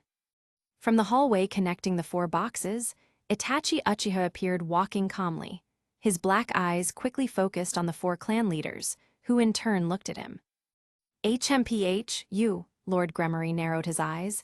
Itachi was too young in his opinion. "Lord Uchiha, you have arrived." However, Lord Gremory still observed courtesy and spoke kindly. Itachi began talking about Orochimaru, emphasizing the importance and recounting his latest discoveries. A few moments later, the four clan leaders looked at each other, each with different thoughts about Itachi's words. "What do you mean by Tenseigin?" Lord Bale asked. Itachi, however, shook his head. "Actually, I don't know. It sounds similar to the Rinnegan, which is known in my world as the Eyes of God." Itachi said what he knew. The four clan leaders looked at each other again. However, Lord Phoenix was the first to step forward. "The Orochimaru problem is something we're paying attention to right now, Lord Uchiha." Lord Phoenix took a sip of wine. "As for me, I'll do whatever it takes to find that Orochimaru and tear him apart with my own hands." Anger was evident in Lord Phoenix's words. After all, his eldest son, Ruvel, was killed by Orochimaru. "Come to my house when you can after the raiding game.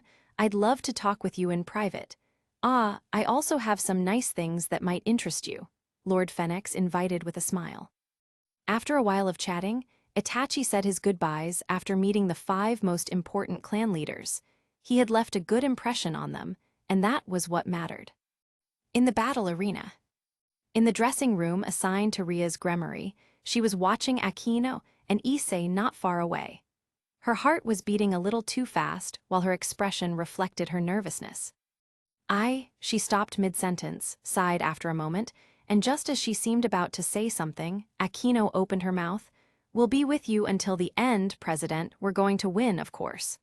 But if we don't, then that's okay. We would have tried." The words from the normally lascivious and playful girl made Ria smile. "Besides, President, we will win. Itachi is watching, remember." Issei said with a smile, but those words made him feel slightly annoyed deep in his heart. The redhead, on the other hand, blushed and couldn't help but look at Issei with bright eyes. In her mind, this little human boy had grown a lot. He had gone from a pervert to a pleasant teenager.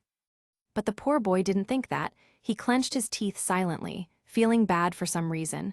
"Why can't girls look at me like they look at Itachi?" he wondered. However, he shook his head to clear those thoughts and smiled again. "Today, we present to you 2 important events." An enthusiastic voice echoed throughout the Colosseum. The creation of a new clan in the underworld, and the fight between 2 people to resolve a love dispute. The announcer began his classic presentation. The demons in the stands smiled, many talking about Lord Uchiha, the leader of the newly founded clan. In fact, in the minds of the high and mid-ranking demons in the Colosseum, the fight between Ria's gremmery and Riser Phoenix had taken a back seat. Everyone was eagerly waiting to see the face of this new clan leader. There was something interesting that day, you know. It was incredible. I hadn't felt something like that since Lord Ajuka unleashed his power that day. Yes, those rumors have been spreading through the underworld lately. They also say that Lord Uchiha is some kind of human from another world.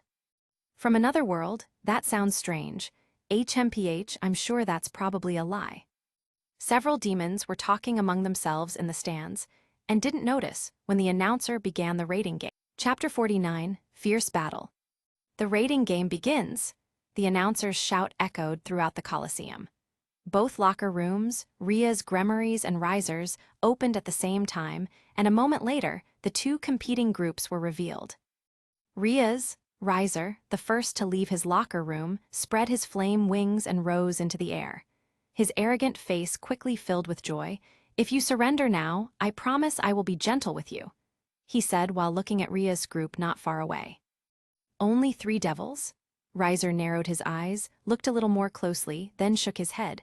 "I suppose so. It does not matter for now. Anyway, I do not like lolies, ha. In Lord Phoenix's box, he could not help but smile slightly and then shake his head, gently patting young Ravel's head while looking on with shining eyes. "Riser still does not know how to behave. He always embarrasses the clan," Ravel murmured with dissatisfaction. "However, it is surprising that you are not participating in the battle," Lord Phoenix murmured with a slight smile. "Me? It is not necessary. Ria's gremmery has lost 2 important pieces in her peerage. She cannot stand against." Ravel did not finish speaking. At that exact moment in the arena, Issei had rushed forward, charging like a berserker. "Itachi," Issei murmured in a low voice. His gauntlet appeared before the eyes of everyone watching the scene in the Colosseum. Several high and mid-ranking devils in the stands immediately stood up, watching Issei with wide eyes as serious expressions spread across their faces. Red Dragon Emperor. The murmur of these devils could be heard throughout the arena. In an instant, the atmosphere shifted from lively to completely serious. Almost no one dared to make a sound. "Is that the Red Dragon Emperor?" Lord Gremory asked as he set his wine glass down on the table. Surzets, not far from him, nodded while narrowing his eyes. Grafia, to his right, however, smiled brightly. "It seems Lady Rias has been lucky this time." Grafia acted arrogantly, smiling radiantly. She was truly happy for the redhead in this moment. "Luck, hahaha, no. Surzets intervened. "Rias has always been talented." As her older brother, of course, he was very pleased, though Lord Gremory remained silent. "Do you think it will be enough to defeat Riser?" Lady Fenix asked, not far from Lord Fenix, but there was no answer to her question. In the other balconies of the Bale and Citri clans, the reactions of surprise varied, from seriousness to cheerful comments. On the battlefield, Issei gritted his teeth. "Boost!"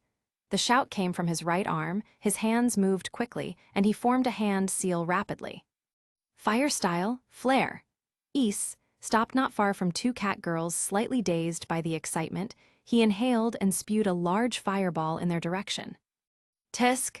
Riser, who had been watching all of this, let out a snort, moved quickly, positioned himself in front of the two cat girls, and then condensed a massive fire attack into a column that clashed with Issei's flame. Clash! The impact of the two fire attacks created a small shockwave. However, Issei's flame was quickly overwhelmed by Riser's fire, and the poor boy could not help but be pushed back. "What the hell are you all doing?" Riser shouted.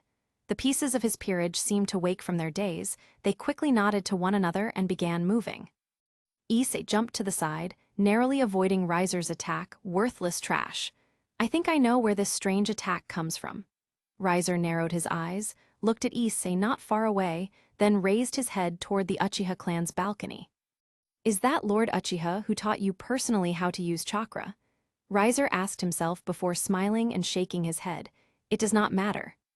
"Calormine, Isabella," Riser shouted. The next moment, two tall, beautiful women with swords rushed at high speed to attack Issei. The poor boy dodged quickly and retreated a great distance. He moved his hands to form another hand seal, and once again, fire style, flare. This time, he fired a massive flame toward Isabella. Again with the same trick, it will not work. Isabella easily dodged, while Calormine approached Issei dangerously. "Boost!" Issei's arm sounded again. He saw Calormine closing in with a powerful thrust, moved his body swiftly, and pushed his fist forward to clash against Calormine's sword. Clash! The tip of Calormine's sword collided with Issei's gauntlet-covered fist. A small shockwave spread as Calormine smiled. "Is that all?" Isabella had already taken position behind Issei. She moved swiftly, swinging her sword toward Issei's neck. However, that was not all. Niyub and Burent, under previous orders from Riser, had also rushed in to attack Issei. Now facing four melee fighters, Issei's face looked somewhat calm. From his waist, he pulled out a small scroll and threw it quickly into the air. Calormine, Isabella, Niyub, and Burent were all surprised at the same time. However, a moment later, the scroll acted like a small flash bomb, exploding and temporarily blinding them. "Ag!" The four female demons let out a slight cry of pain as their eyes were completely hit by the sudden light.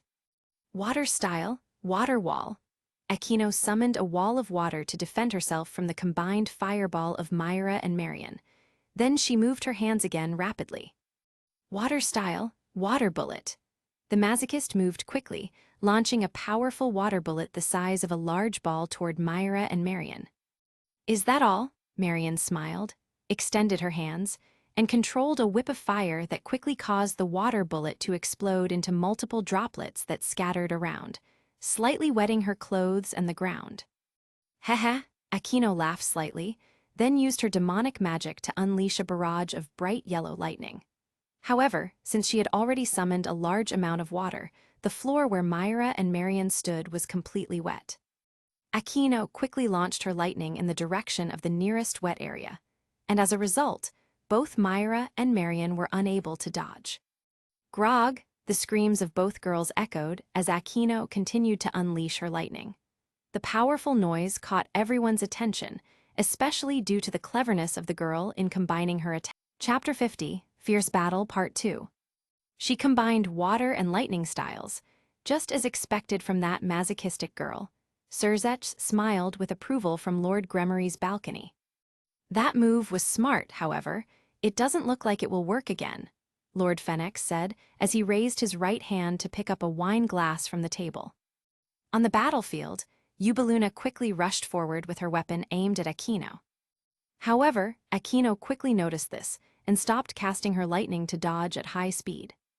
It's not as simple as that, Riaz? Riser smiled. Once again, he unleashed a powerful burst of flames that forced the redhead to retreat. Riaz, her clothes slightly singed, couldn't help but kneel on one knee. She watched as Akino had to dodge Yubaluna's attack and how Issei was surrounded by girls specialized in physical combat. She couldn't help but growl with some frustration. Riser, hee, do you think it's that easy to catch me? Riaz smiled, but her current state said otherwise. She prepared to dodge again, waiting for the right moment to counterattack. Then why don't you make it harder? Riser smiled. This time, he narrowed his eyes, moved at high speed, and charged toward Riaz like a comet. Riaz's eyes widened. Thanks to her body being slightly more powerful in every way thanks to chakra, she managed to react in time and move. Oh, it looks like the heir of the Phoenix family wants to end this quickly. The announcer finally reacted and started narrating the battle after having been stunned for a while.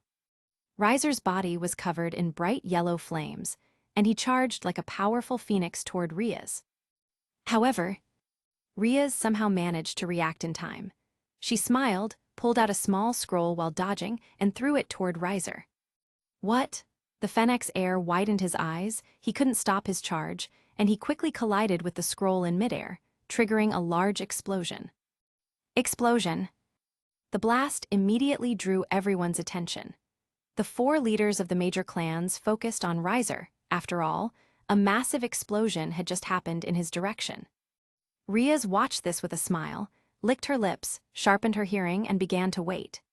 However, even after several seconds passed, she didn't hear the voice announcing Riser's defeat, and her face quickly turned serious. It didn't work, Riaz asked herself with some disbelief. She had seen the strength of that explosion. It should have been enough to leave Riser in a completely miserable state and ready to be removed from the battlefield. Attention, several members have been defeated.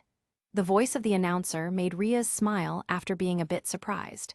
She sighed in relief and was about to crouch down when the voice spoke again. Akino Himejima, Myra, Marion, and Yubaluna have been removed from the battlefield. The voice of the announcer immediately put Riaz back on alert. She clenched her teeth in anger and quickly moved her hands. How tough can this bastard be? She asked as she began to condense a ball of destruction in her palms. However, at that exact moment, a powerful burst of flame was launched at high speed from the site of the explosion. Riaz's eyes widened, her mind flooded with thoughts, and the sudden surprise prevented her from dodging. Impact!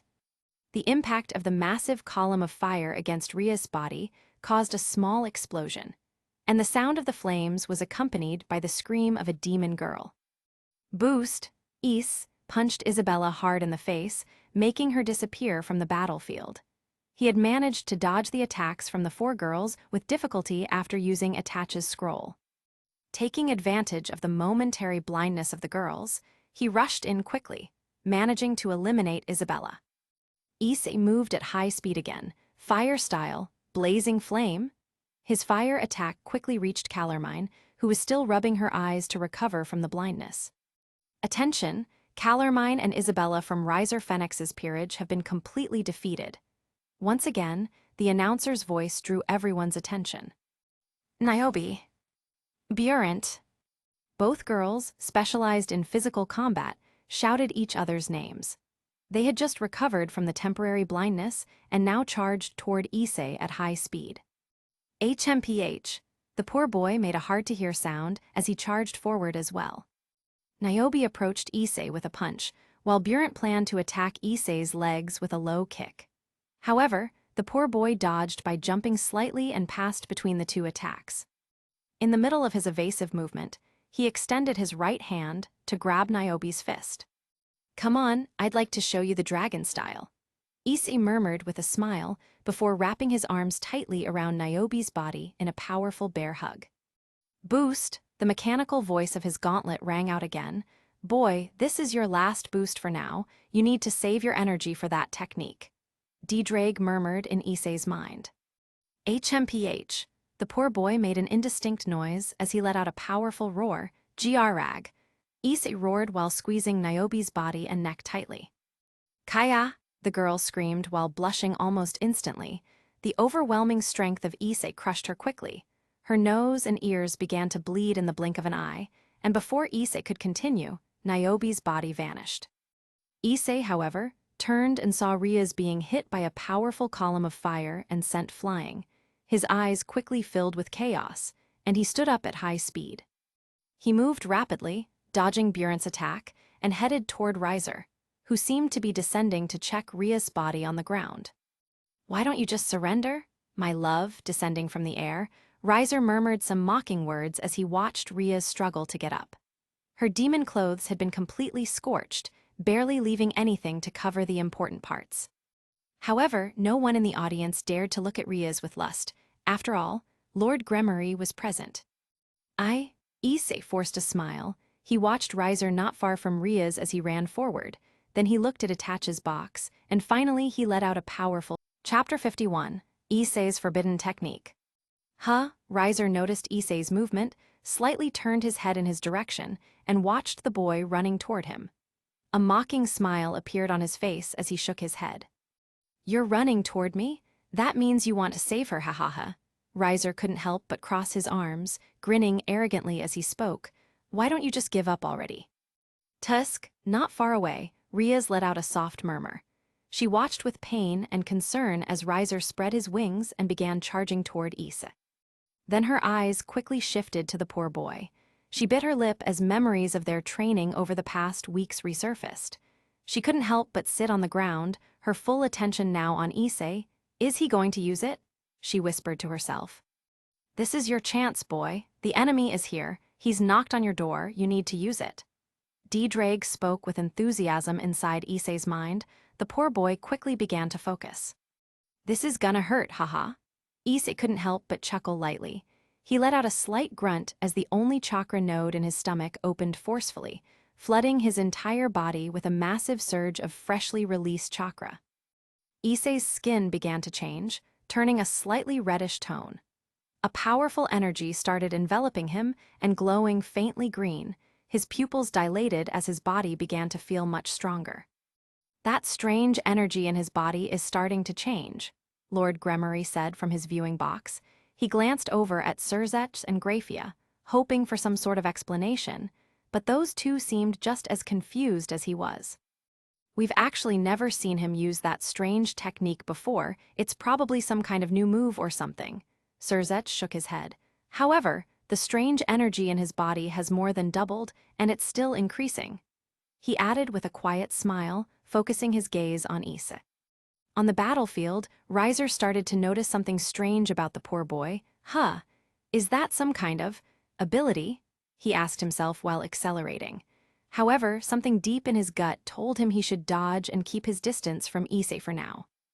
The air around Issei began to heat up, veins slightly bulged from his forehead, and his reddish skin started to look terrifying. 8 inner gates, first gate? "Open," he murmured before letting out a strong growl. Issei stomped hard, his chakra had tripled, and his base body had undergone a substantial boost. Just by stepping on the ground, the floor beneath him cracked. Shockwave. Issei created a small shockwave as he stomped and leapt forward. He pulled back his right arm, full of rage, and thrust it forward. "What?" Riser struggled to stop himself. Issei's speed had increased way too fast in such a short time. But due to the boy's speed, he reached Riser's position in just a blink. Riser opened his eyes wide in shock, his body flooded with a strange feeling as countless thoughts raced through his mind.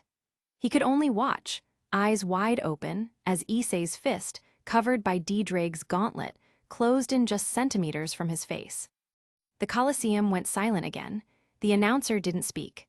Lord Fennex stood up in his booth. Ravel was speechless, while in other boxes, Lord Bale let out a soft chuckle and Lord Citri seemed rather calm. What technique did that boy just use? Lord Citri asked young Sona Citri, who wasn't far from him. But she shook her head, adjusted her glasses, and opened her mouth. I don't know, Lord Uchiha visited them before their training a few weeks ago. I suppose we could ask him, Sona said sincerely. Lord Citri calmly stroked his beard, thinking of several possibilities. Back on the battlefield, Issei's fist covered in Ddrake's gauntlet slammed into Riser's face with force. Impact! The sound of flesh smashing against metal at high speed echoed through the Colosseum. Powerful shockwaves of wind spread through the entire area as Issei's fist practically shattered Riser's head. Shit! Issei cursed as pain spread throughout his body. He stomped the ground hard, creating more cracks and another shockwave as he stopped his momentum. There's no way you're going down just from that, right? Issei growled, grabbing Riser's body with his left hand and beginning to pummel him with his right. Pun! Pun! Pun! Issei pinned Riser's body to the ground, using his right arm to repeatedly strike the demon, producing thunderous sounds. The ground beneath them started to form a crater with each blow.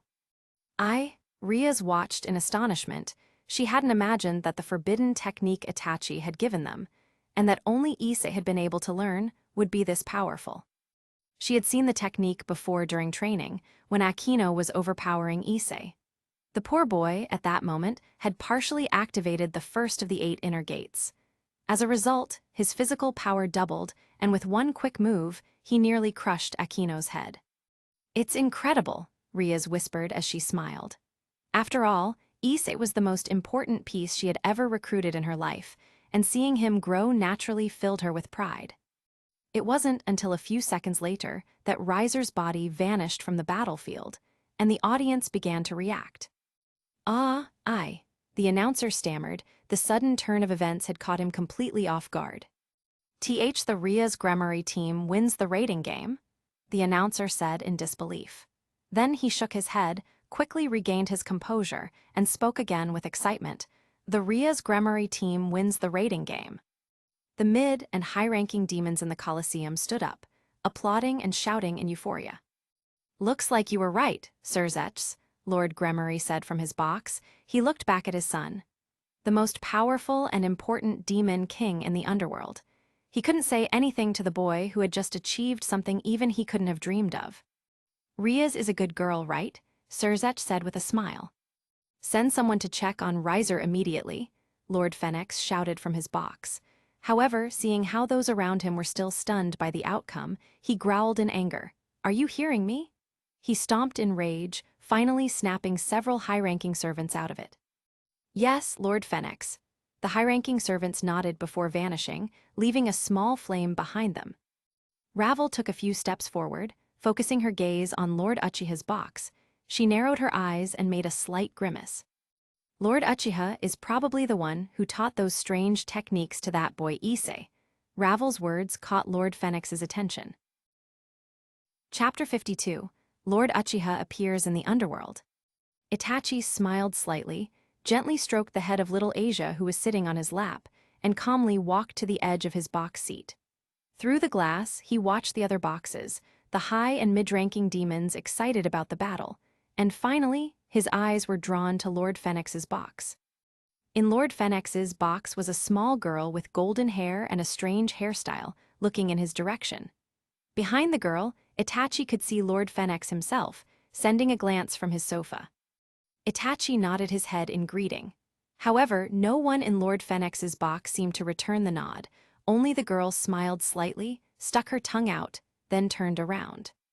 Itachi paid no mind to this, and was about to signal the presenter to make his appearance and introduce himself to the demons as the leader of the new clan in the underworld, when someone entered his box. Itachi, the voice was familiar. The scent of the girl filled the whole box as her light footsteps revealed her presence. The ninja turned around and looked at the beautiful girl with slightly large breasts and a bright smile on her face. Seraphal. Itachi let out a soft sigh. He hadn't seen this girl in a long time and really wasn't very interested in talking to her. Itachi, HMPH. Seraphol took a few steps forward, glanced at Asia beside the ninja, and couldn't help but frown. Are you cheating on me with this girl?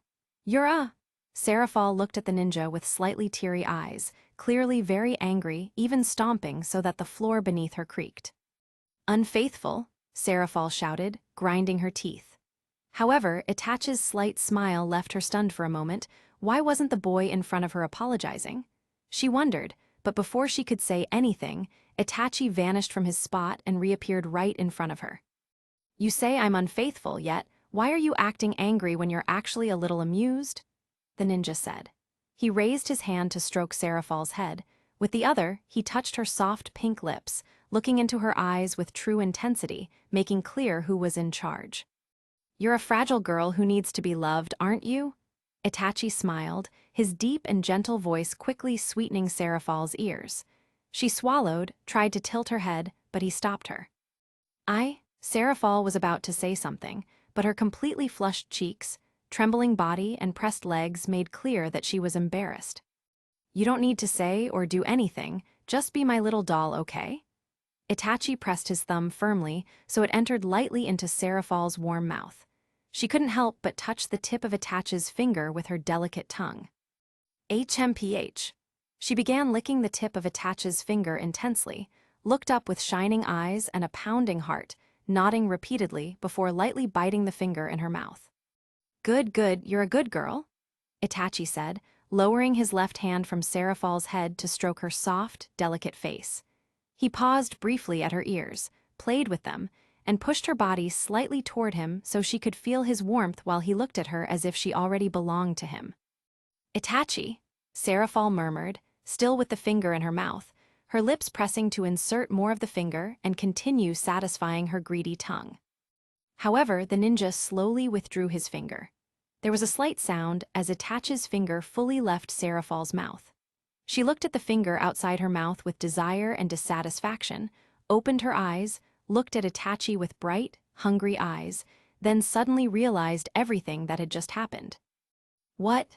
She was startled, snapped out of the charm of Itachi's words and actions the moment his finger left her mouth, covered her face with embarrassment, stomped her foot hard, and quickly disappeared. Itachi stayed there for a while, smiled brightly, thanked the lessons from the novels he had read, and began laughing maniacally. Ha ha ha ha ha! Itachi's frantic laughter could even be heard faintly outside his box. Something's weird in Lord Uchiha's box. A demon near the box squinted, but quickly moved away to avoid disturbing the new clan leader. Some time later, to introduce himself to the underworld, the first special demon, the first human with powers from another world who has become a special demon, Lord Itachi Uchiha, the presenter's voice was heard with absolute excitement. All the demons in the Colosseum stood up, all with serious looks in their eyes. The friendly conversations and chats from moments before had been completely overshadowed by the seriousness of the moment. Even the clan leaders in their boxes stood up to watch Itachi present himself to the demons. Suddenly, a slight layer of darkness fell over the Colosseum. Several demons felt a powerful presence nearby, leaning forward slightly as they watched a person dressed completely in black descend from the sky. Itachi wore a tight white shirt, a long trench coat, and matching pants, all chosen by Mr. Butler to provide a proper appearance for his presentation before the demons. As he descended from the sky, several high and mid-ranking demons observed all of Itachi's features, from his style of dress, his hair, his hands covered by black gloves to his feet. However, many were impressed by Itachi's appearance. In their minds, the new clan leader was too young and too handsome. Doubt began to show on their faces. Isn't a clan leader supposed to be older? In these demons' minds, age equaled wisdom. Many were no longer leaning forward. Instead, they were standing upright, and a few were about to open their mouths. I see. Itachi noticed this, shook his head as if it was something he had already expected, and began to spread his wings. Thud. Suddenly, a powerful aura filled the entire Colosseum. All the demons, standing or leaning forward slightly, felt an immense pressure from the aura. most of the demons fell to the ground, their bodies cushioning their falls. Only a few managed to fall onto one knee, and even they couldn't lift their heads due to the pressure exerted by Itachi's aura. Incredible, is this the power they were talking about? Eyes can't get up. Several high and mid-ranking demons couldn't help but think in horror. Just the aura Itachi released was enough to leave them completely defenseless. In their minds, the words, "special demon," shone brightly. In the boxes, Lord Gremory, Lord Phoenix, Lord Citri, and Lord Bale staggered slightly. It was obvious Itachi's powerful aura affected them, though not enough to knock them completely to the ground, but it was still somewhat annoying. Hahaha, Itachi, this aura is definitely comparable to Ajuka's, however, that's just an aura. His true power remains uncertain. Surzech stepped forward to get a better look at Itachi, his smile bright. HMPH, Lord Gremory made a sound difficult to understand. Chapter 53, Issei and the Underworld. Itachi stayed there, watching the people and the demons. He felt a slight sensation of satisfaction run through his soul and finally smiled deliberately. His huge wings, twice the size of his body, slowly retracted, and his aura stopped pressing down on all the demons. That has been Lord Uchiha for all of us. The announcer spoke again with a very lively voice after standing up. The praises of several demons could be heard throughout the Colosseum. All at once, all the mid- and high-ranking demons in the stands stood up and began shouting, "Lord Uchiha! Lord Uchiha!" "What are the demon lords planning?" Lord Phoenix said from his box. It had been hard for him to stay standing, and little Ravel, not far from him, was wiping her face after falling to the floor from the previous aura. HMPH. No style at all, really, he just wanted to show off, right? She said, narrowing her eyes with some annoyance as she looked through the window.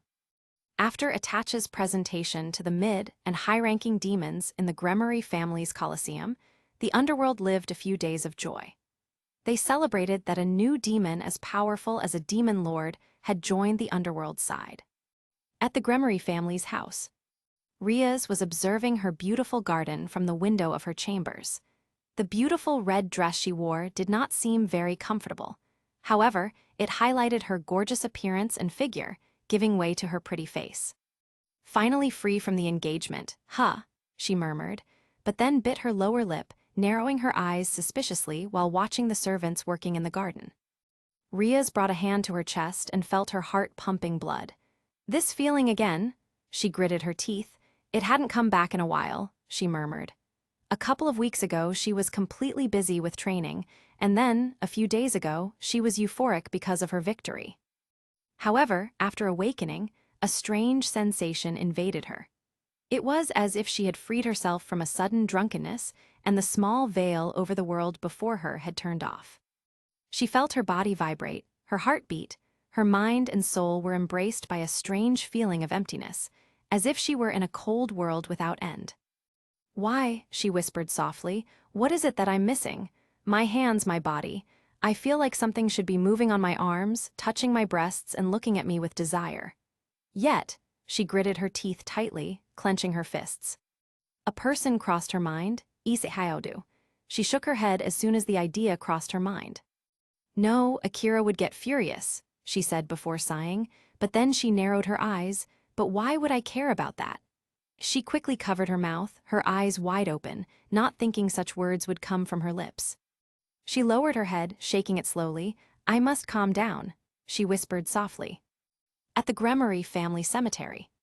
Here, Akino was observing some tombstones not far away.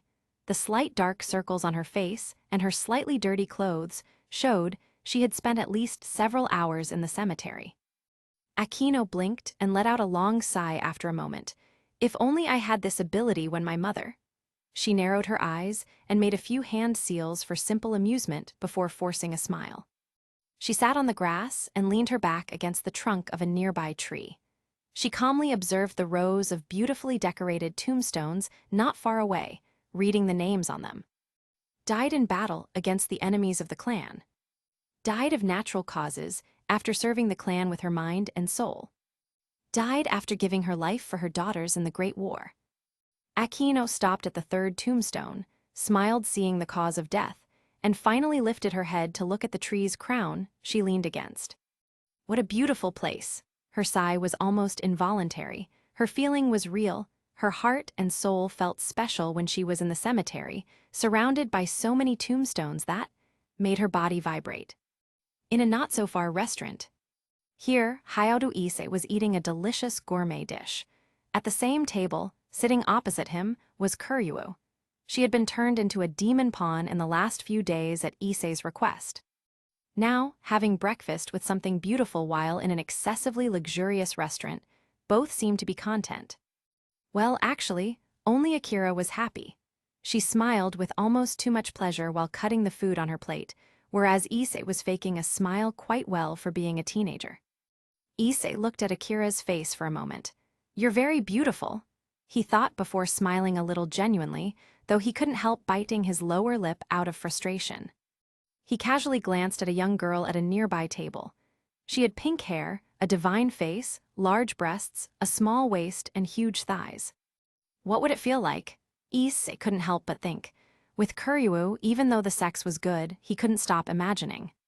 Touching that skin, feeling those huge breasts in his hands, seeing how they bounce, how the touch feels against them, how he could brush her nipples and caress those thighs. Finally, he couldn't help but think about how it would feel to push his waist against those thick, full buttocks that could be enough to make 2 pounds of butter. HMPH. Issei made a sound hard to understand before quickly looking away. He glanced at Kuoh and she didn't seem to have noticed, so he smiled again. "I love you," he said suddenly, not because he felt guilty, but because he really meant it. He loved Kuoh with such passion that even his love for Rainier would have meant nothing. Kuoh smiled happily, leaned a little forward on the table, and extended her right hand to touch Issei's right hand resting on the table. "I love you too, I love you madly." She looked into Issei's eyes, and the beautiful smile on her face slowly turned into a serious expression. "I need you, Issei.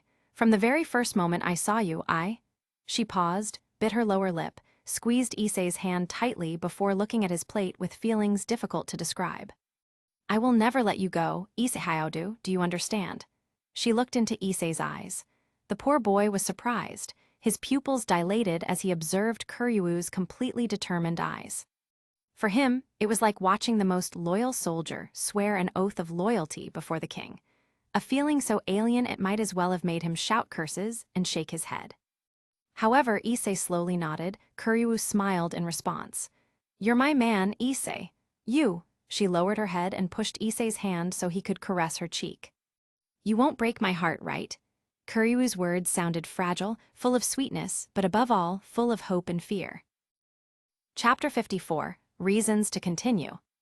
Issei fell silent for a moment, his eyes wandering over the girl's face, her nose, her mouth, her hair, her forehead, and finally focusing on her irises. "No," he replied, however, his voice was uncertain, his mind uneasy, and his brain working at full speed to fake an attitude that was anything but cautious. Issei knew it. In that moment he realized it.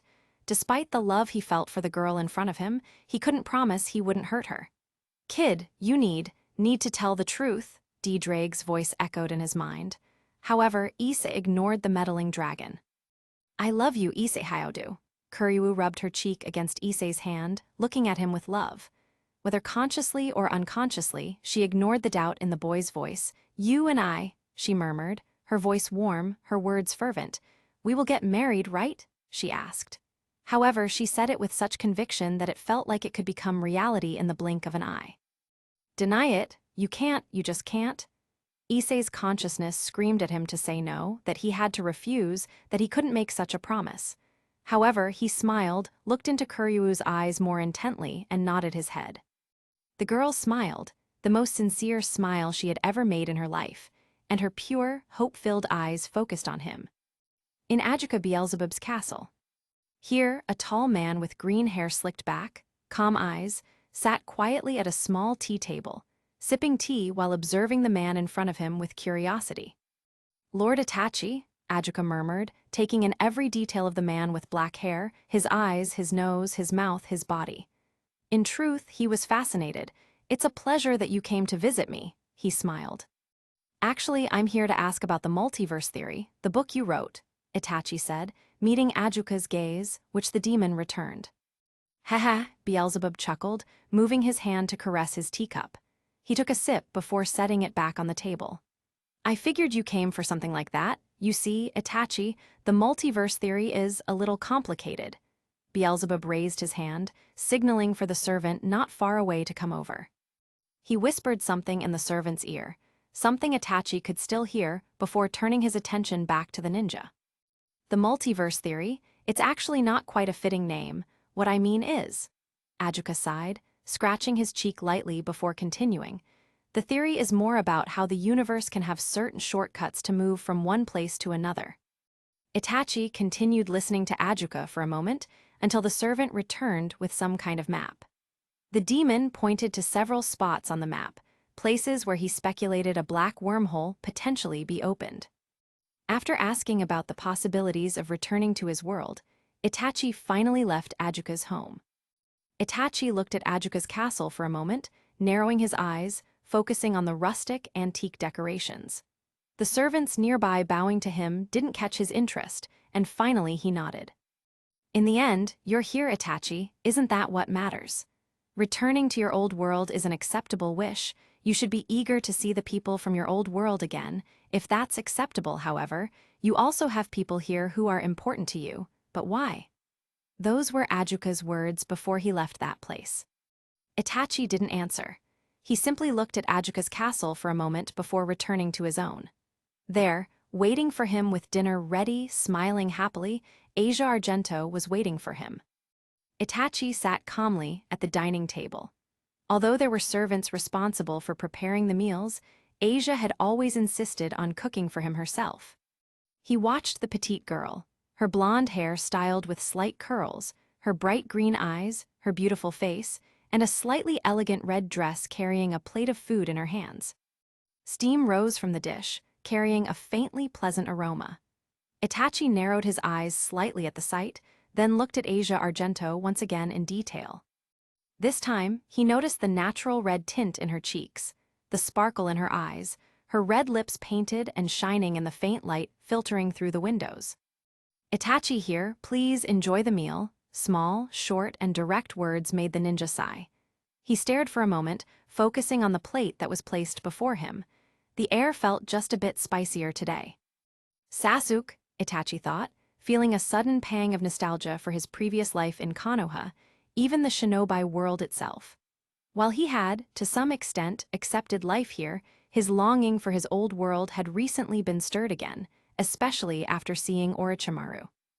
A small breeze brushed against Itachi's face as Asia lingered close to him. The girl had noticed something strange about her beloved. Is something wrong? She asked, lowering her gaze, looking at him with curiosity and concern. She raised her hand slightly, putting it in front of his eyes, but got no reaction from him. HMPH, she made a sound that was hard to interpret, tilting her head in confusion. What's wrong with you? Asia moved a bit closer, not out of shyness, but because she could feel the sadness in Itachi's eyes. Slowly, she moved her body closer, finally wrapping her arms around him. The softness and sudden warmth of Asia's body pulled Itachi out of his thoughts. He had been remembering his life in the shinobi world, and now, being embraced by a beautiful girl, he felt a particular, sudden warmth. Are you okay? The girl's voice drew Itachi's attention. Calmly, he lifted his right hand to gently stroke her head. Yes. Days later, in the human world. Issei narrowed his eyes, feeling slightly tired. Kurohyou had been spending a lot of time with him lately. For Issei, at first it was simply amazing, but it slowly began turning into something boring. You're forgetting the most important thing, kid. The training, D-Drake murmured in the boy's mind. Training, but why? The president is strong enough, and the world is peaceful, Issei replied, sitting on a bench in Kuoh City's main park and looking around. Memories flashed in his mind of the day he shared his first kiss with Rainier, just a few meters from where he was sitting, and he couldn't help but smile. Do I really have to repeat myself? You're the Red Dragon Emperor? D-Drake began to speak about the importance of training, but Issei paid little attention. It wasn't until a few moments later that a particular phrase from DxD caught his attention. Women don't like losers. The dragon's words struck an important chord in his mind. The poor boy narrowed his eyes, stood up with some seriousness and anger, and clenched his fists. Am I not already strong enough? I mean, no normal human can beat me. Besides, I'm not you, thanks for helping me, but now I have chakra. I'm not completely dependent on you, Issei implied. DxD immediately fell silent in his mind, and it wasn't until a few seconds later that the boy sat down again to relax. Chapter 55, Speculations About. The latest reports indicate that 2 girls were brutally murdered at midnight, before their bodies were taken away in black vans. In the Occult Research Club's kitchen, Akino tilted her head slightly, listening to the news anchor's voice coming from the TV not far from her. She focused her eyes on the footage recorded by a security camera. In the video, 2 girls completely covered in white robes with golden patterns were suddenly attacked by a short-statured person. The girls quickly had their heads exposed when they drew gigantic long swords and counterattacked. The video immediately caught Akino's attention. She couldn't help but open her mouth in shock as she saw the attacker move her fingers to form hand seals. Then, plants sprouted from the ground, wrapping around the bodies of the attacked girls until they were finally killed by compression. How? Akino nearly spat blood from the shock. She quickly dropped what she was doing and ran to her president's office. Theirs. However, when Akino entered the room, she noticed Graphia's presence and the fact that she was talking with Ria's.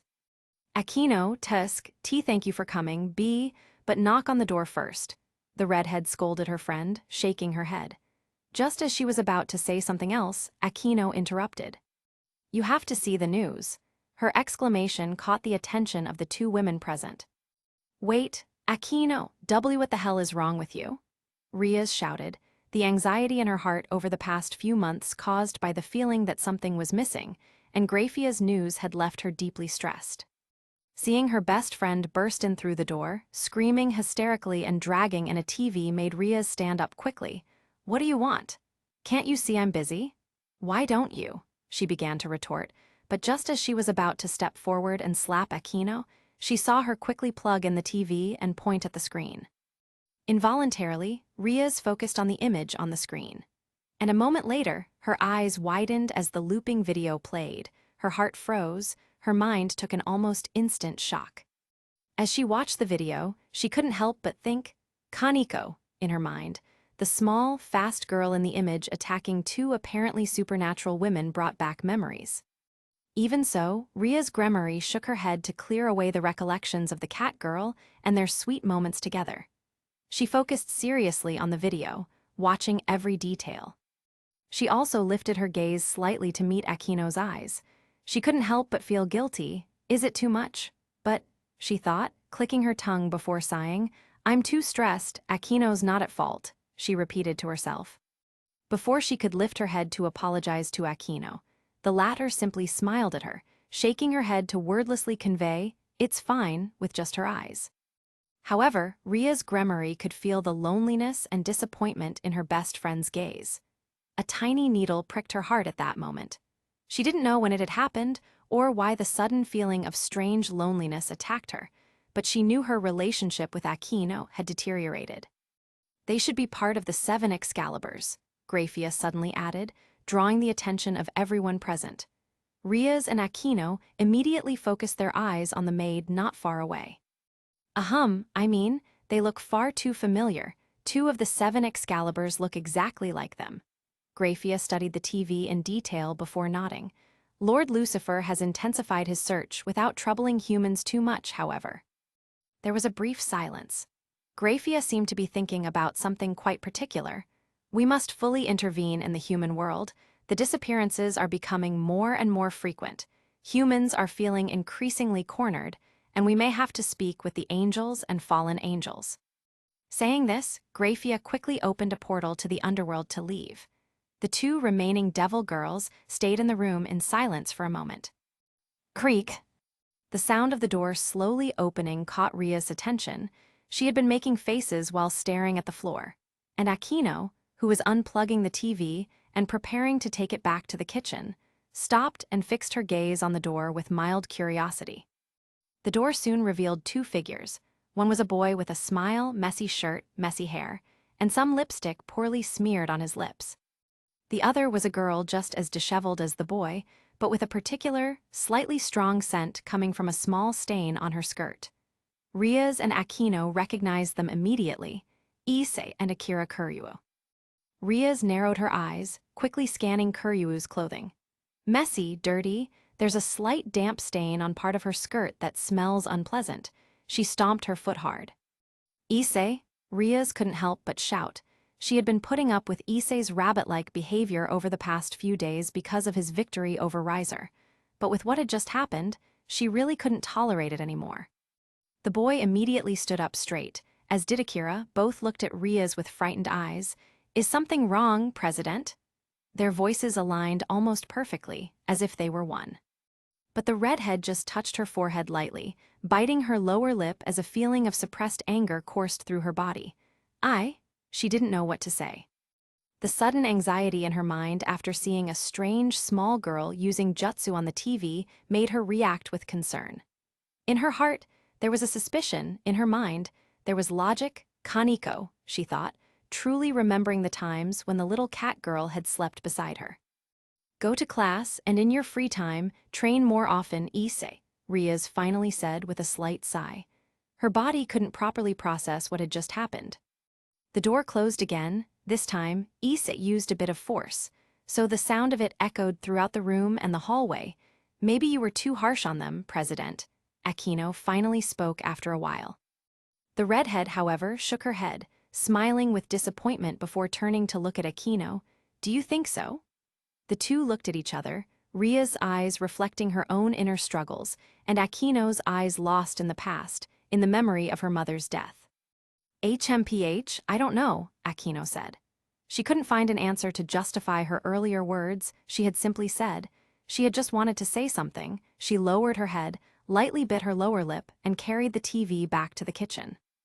"I don't know either," Rias murmured, taking a few steps before throwing herself into the chair behind her desk, once again gazing at the people walking along the street through her window.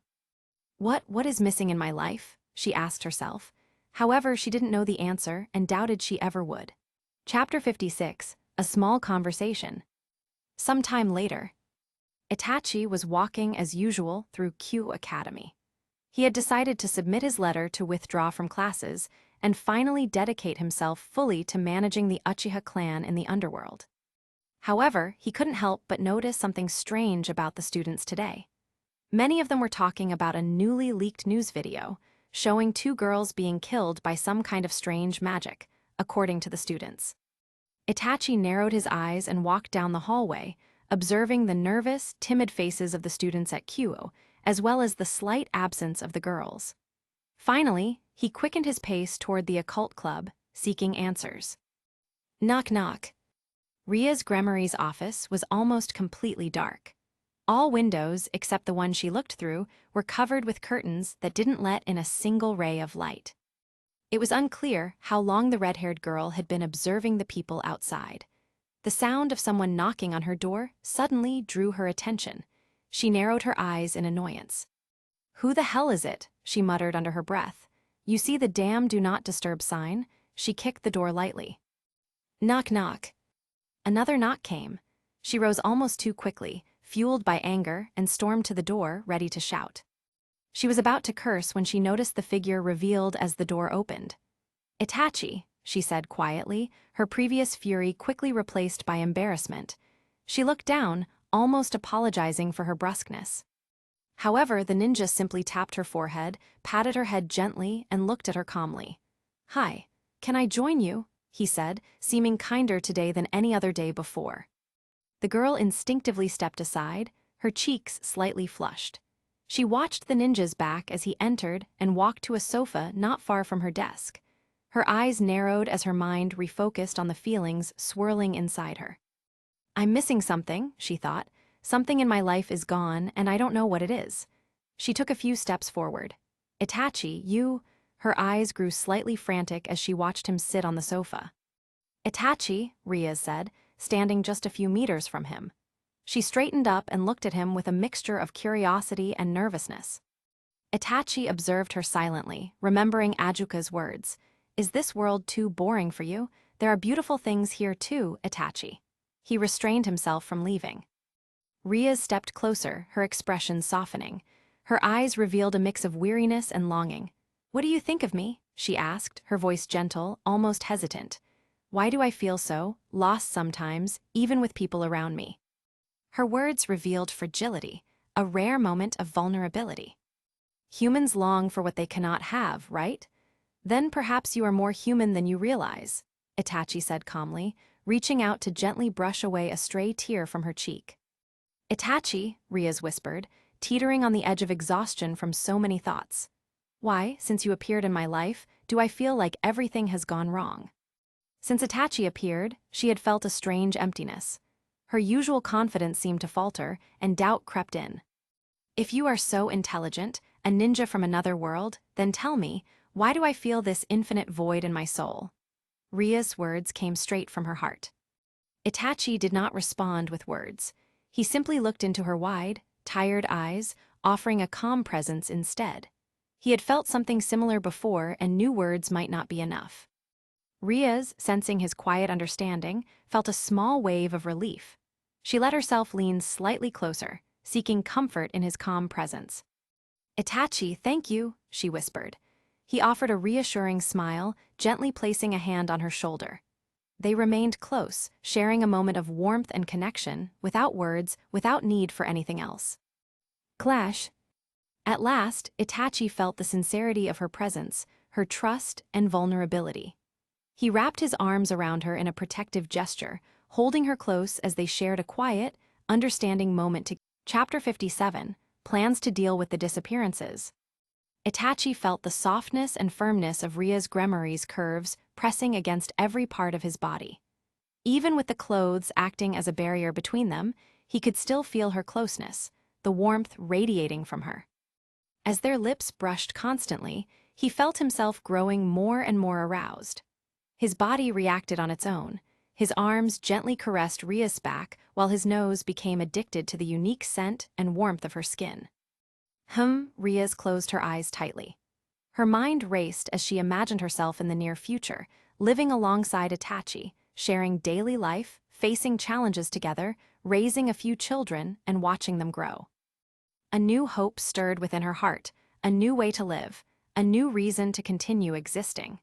And yet, though this was such a common desire in the human world, it filled completely the emptiness she had felt in her soul. Riaz practically understood this in that moment. She hugged Itachi tightly, pressing herself against him as if she wanted to merge her body with his to become one. After a while, they separated slightly. Riaz, still on top of him, looked at him with desire and satisfaction. Itachi, she said, unsure of what to say. She blushed, running her hands over his chest like a small kitten searching for buried treats. "I see," the ninja said after a moment, raising a hand to stroke her head. He looked at her with open eyes and smiled gently again. "So, what are your plans regarding the missing people and the strange video everyone's talking about?"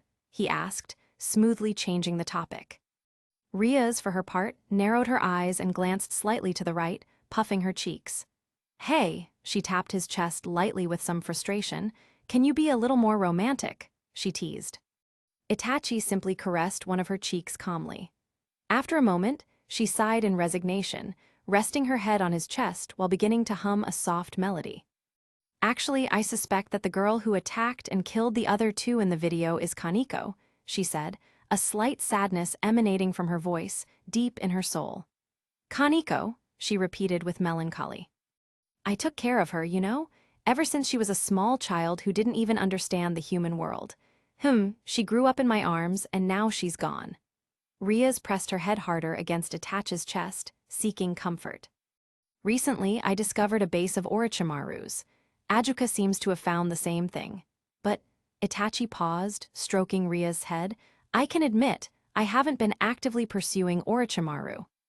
Then, as if a thought had just struck him, Itachi smiled brightly, stroked Ria's cheek, and began to caress her neck as well.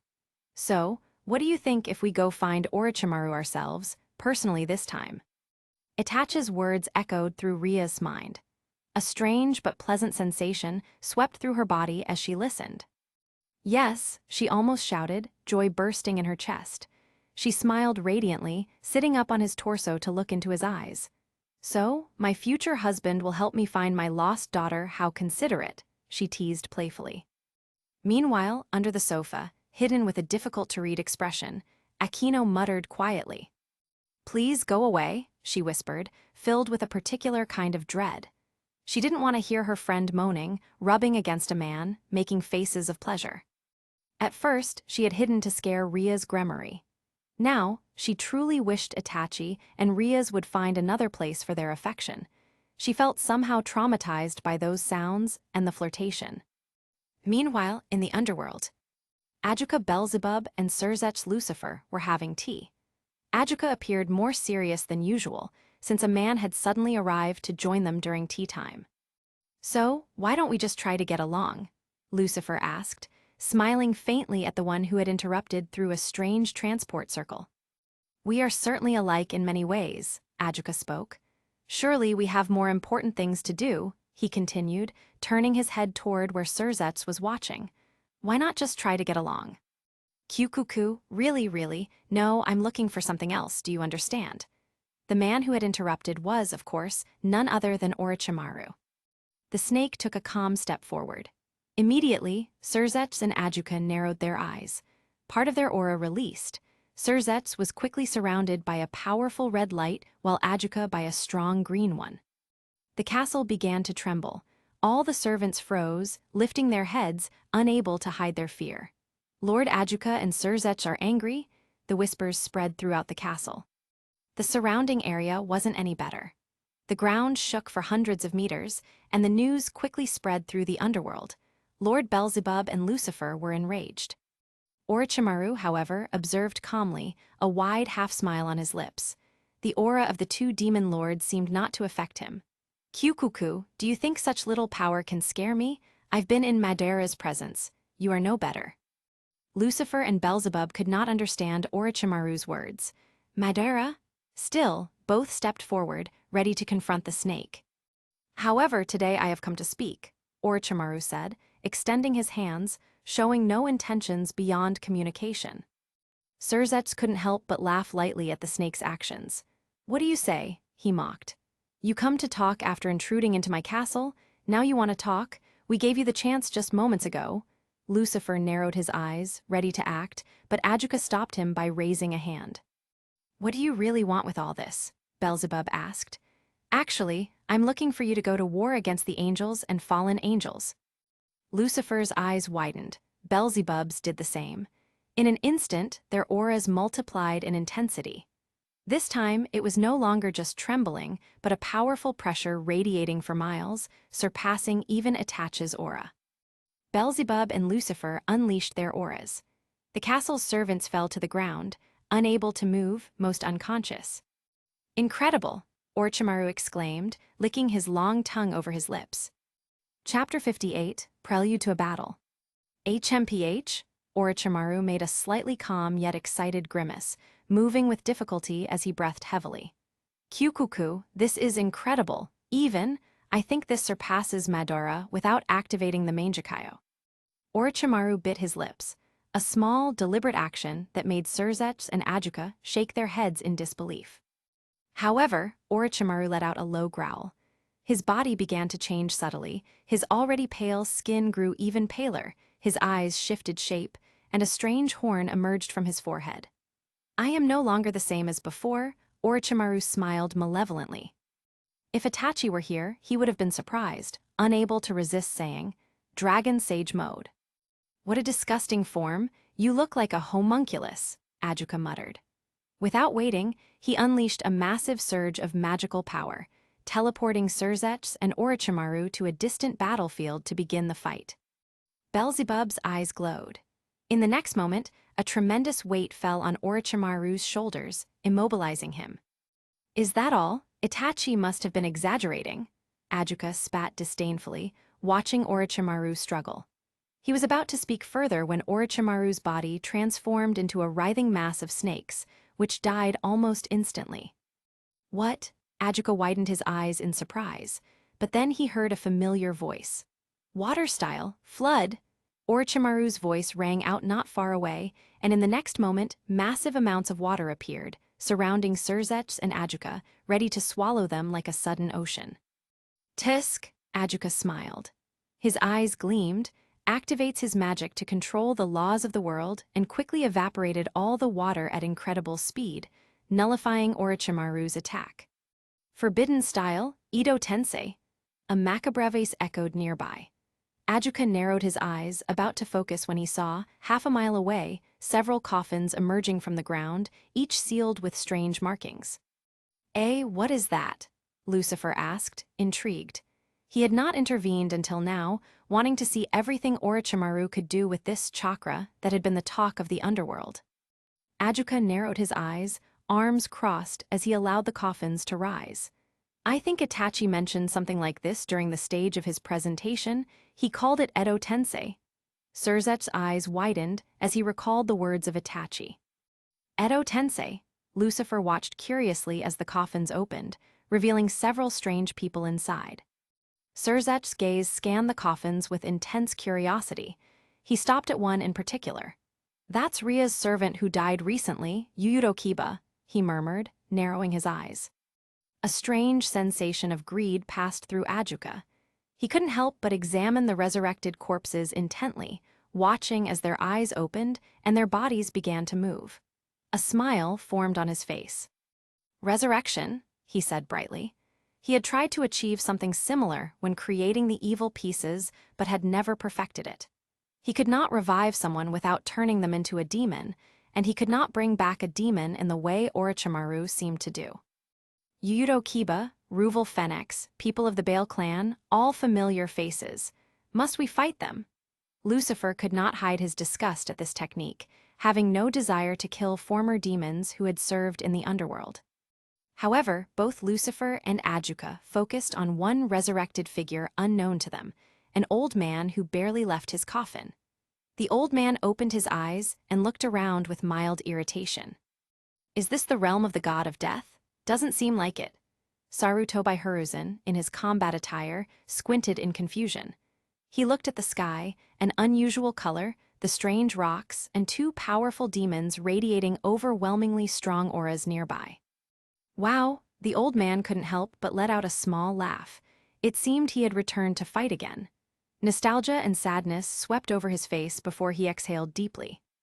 Enough, we're not in the ninja world, Professor, so now, why don't we focus on giving the enemy a good show? Orochimaru smiled. Immediately, Sarutobi lost consciousness of the distant demons for a brief moment. Summoning style, Enma, the Monkey King. Sarutobi quickly moved his fingers, summoning an old, strange monkey that seemed to have been resurrected by Edo Tensei as well. Forbidden style, multiple shadow clones. Sarutobi moved his fingers again. Moments later, more than 20 clones appeared on the battlefield. The number of Enmas multiplied as well before transforming into staffs. Then they charged forward with great fanfare. This one's for you, Lucifer. I think I've seen enough. I'll deal with the madman, Ajuka said, teleporting dozens of meters from Orochimaru. Is that so? Surzetsu smiled faintly, observing the 20 Sarutobi clones charging rapidly with grins on their faces. Then, he narrowed his eyes, and his powerful red aura enveloped him once again as he charged forward with great fanfare. Let's see what you've got. Surzetsu appeared before a Sarutobi clone. He struck forward normally, yet his normal strike was enough to unleash powerful shockwaves in the surrounding area. Hit! The first clone could not withstand Surzetsu's attack. It exploded into smoke as a massive shockwave rippled through the battlefield. Too powerful. Not far away, the real Sarutobi muttered. His clones dispersed quickly, beginning to perform hand seals. Fire style, hurricane of flames. Water style, flood. Wind style, tornado. Lightning style, storm. Several Sarutobi clones used their infinite chakra to manipulate large amounts and release them as powerful techniques. Surzetsu watched as 5 formidable elemental attacks, capable of reshaping the terrain for hundreds of meters, struck in his direction. His eyes opened slightly. He couldn't help but smile and moved his body. Clenching his teeth, he murmured, "Destruction." In an instant, the 5 attacks, as powerful as entire buildings, disintegrated without leaving a trace. However, 5 clones rushed at Surzetsu, each targeting vital points with their Enma staffs from every direction. Surzetsu was struck. HMPH, despite the powerful attacks, Lucifer let out a low growl. "That hurts," he smiled. None of the strikes even drew a drop of blood. Chapter 59, Orochimaru's Message. Crash, crash. Surzetsu moved his body with incredible speed, and the 5 clones dissolved once again into clouds of smoke. He was about to deal with the remaining clones when his eyes caught dozens of new ones forming in the distance, their hands moving rapidly as they unleashed massive, powerful jutsus, covering at least a mile around him. Incredible destructive power, Surzetsu admitted, but then he shook his head. However, if this is the peak of your destructive ability, then... His eyes sharpened as he gathered a tremendous amount of magic. The world seemed to freeze.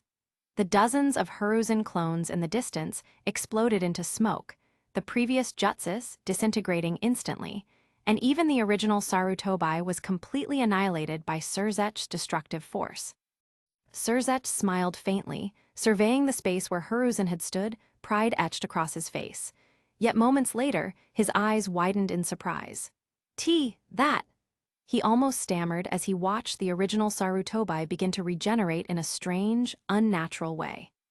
Lucifer remained frozen, his body paralyzed by what he was witnessing.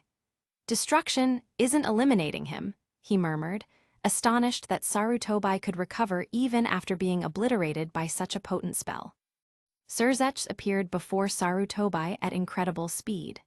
The ninja's head had fully regenerated, his torso too, while the rest of his body started the process. Out of curiosity, Surzetsu unleashed his destructive magic once more, hoping to stop the regeneration, but moments later, Sarutobi began to regenerate again, starting with his head. "Wow," Lucifer let out a mocking smile after a moment. "Not even the ancient demon lords could resist my magic, but you can," he admitted calmly, then turned to observe his ally Ajuka. Ajuka's fight with Orochimaru was proving more interesting. He noticed the snake's strange abilities while using magic to distort reality and gain the upper hand. Surzetsu smiled again and activated his destructive magic to suppress Hiruzen's regeneration. A communication circle appeared near his mouth. "Hey, capture Orochimaru.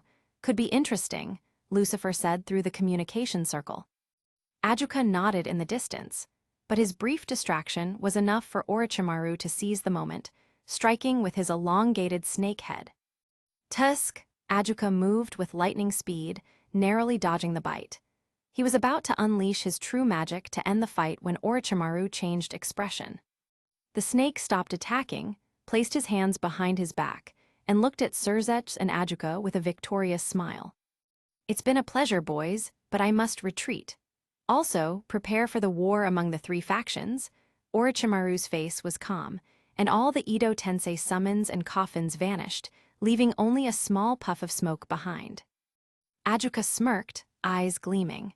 The area around Orochimaru was sealed. Without intervention, the snake would be unable to use any transport circles. He also created a demon lord-level barrier to trap them together. "We're in a sealed location. Leaving is impossible unless you're stronger than me, and from our previous battle you're inferior," Ajuka said calmly, approaching Orochimaru. "We're going to have a good time, you and I, in my castle," Ajuka added with a wicked smile. Orochimaru, however, narrowed his eyes. "Hehe," the snake chuckled softly. "You'll see, it's different.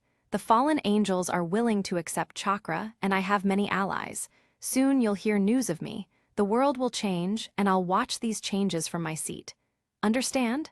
Orochimaru crossed his arms, appearing indifferent to escape. This unsettled Ajuka.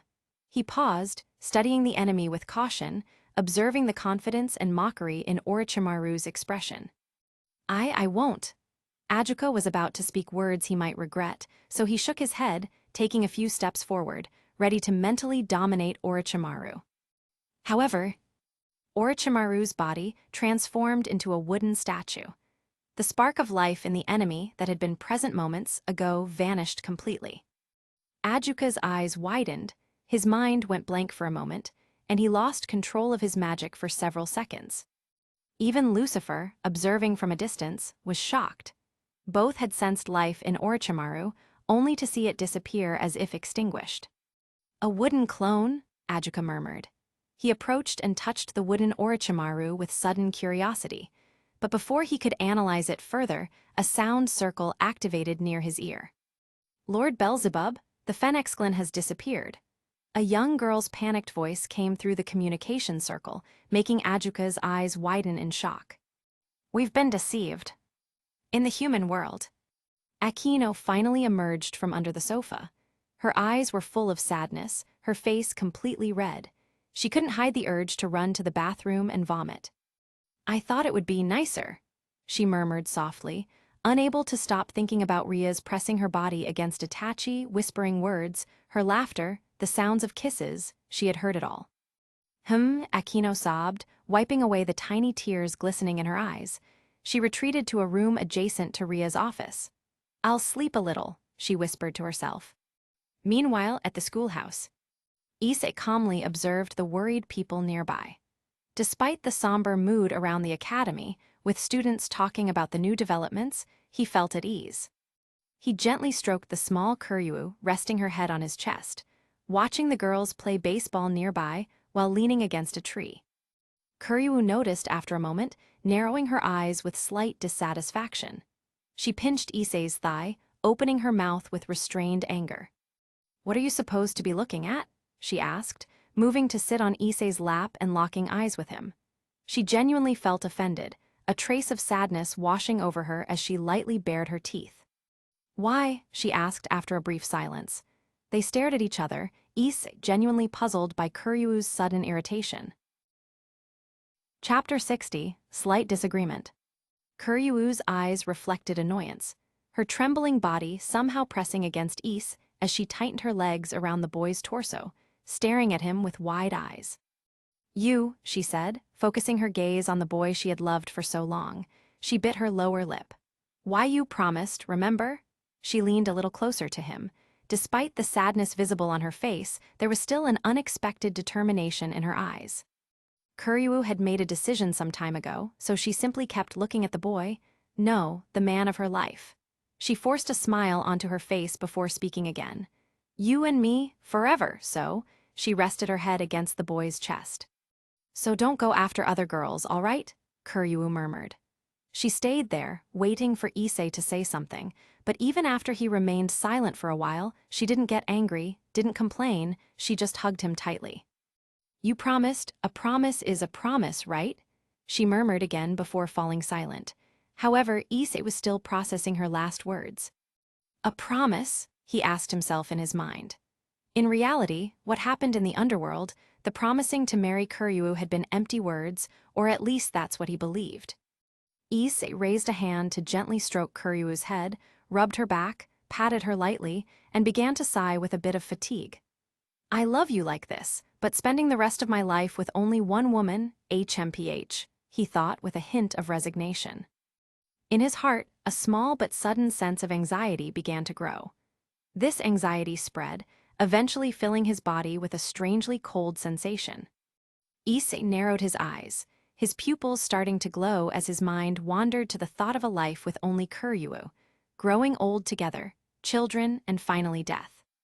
But at the idea of such a future, he shook his head, not because it wasn't a great future, but because a strange fear had taken root in his heart. Issei bit his lower lip, patted Kuryuu's back a little more firmly while stroking her head. "I'm sorry," he murmured so softly it was impossible for her to hear. "You're thinking too much, kid," D-Drake said in his mind. He had been watching Issei for a while and understood what he was going through. "Kid, grow up, mature, and sooner or later, you will have to choose a destination. So even if you're young, sooner or later you'll have to choose a path," D-Drake said calmly. There was no reply from Issei. He simply stayed there, hugging Kuryuu and patting her head.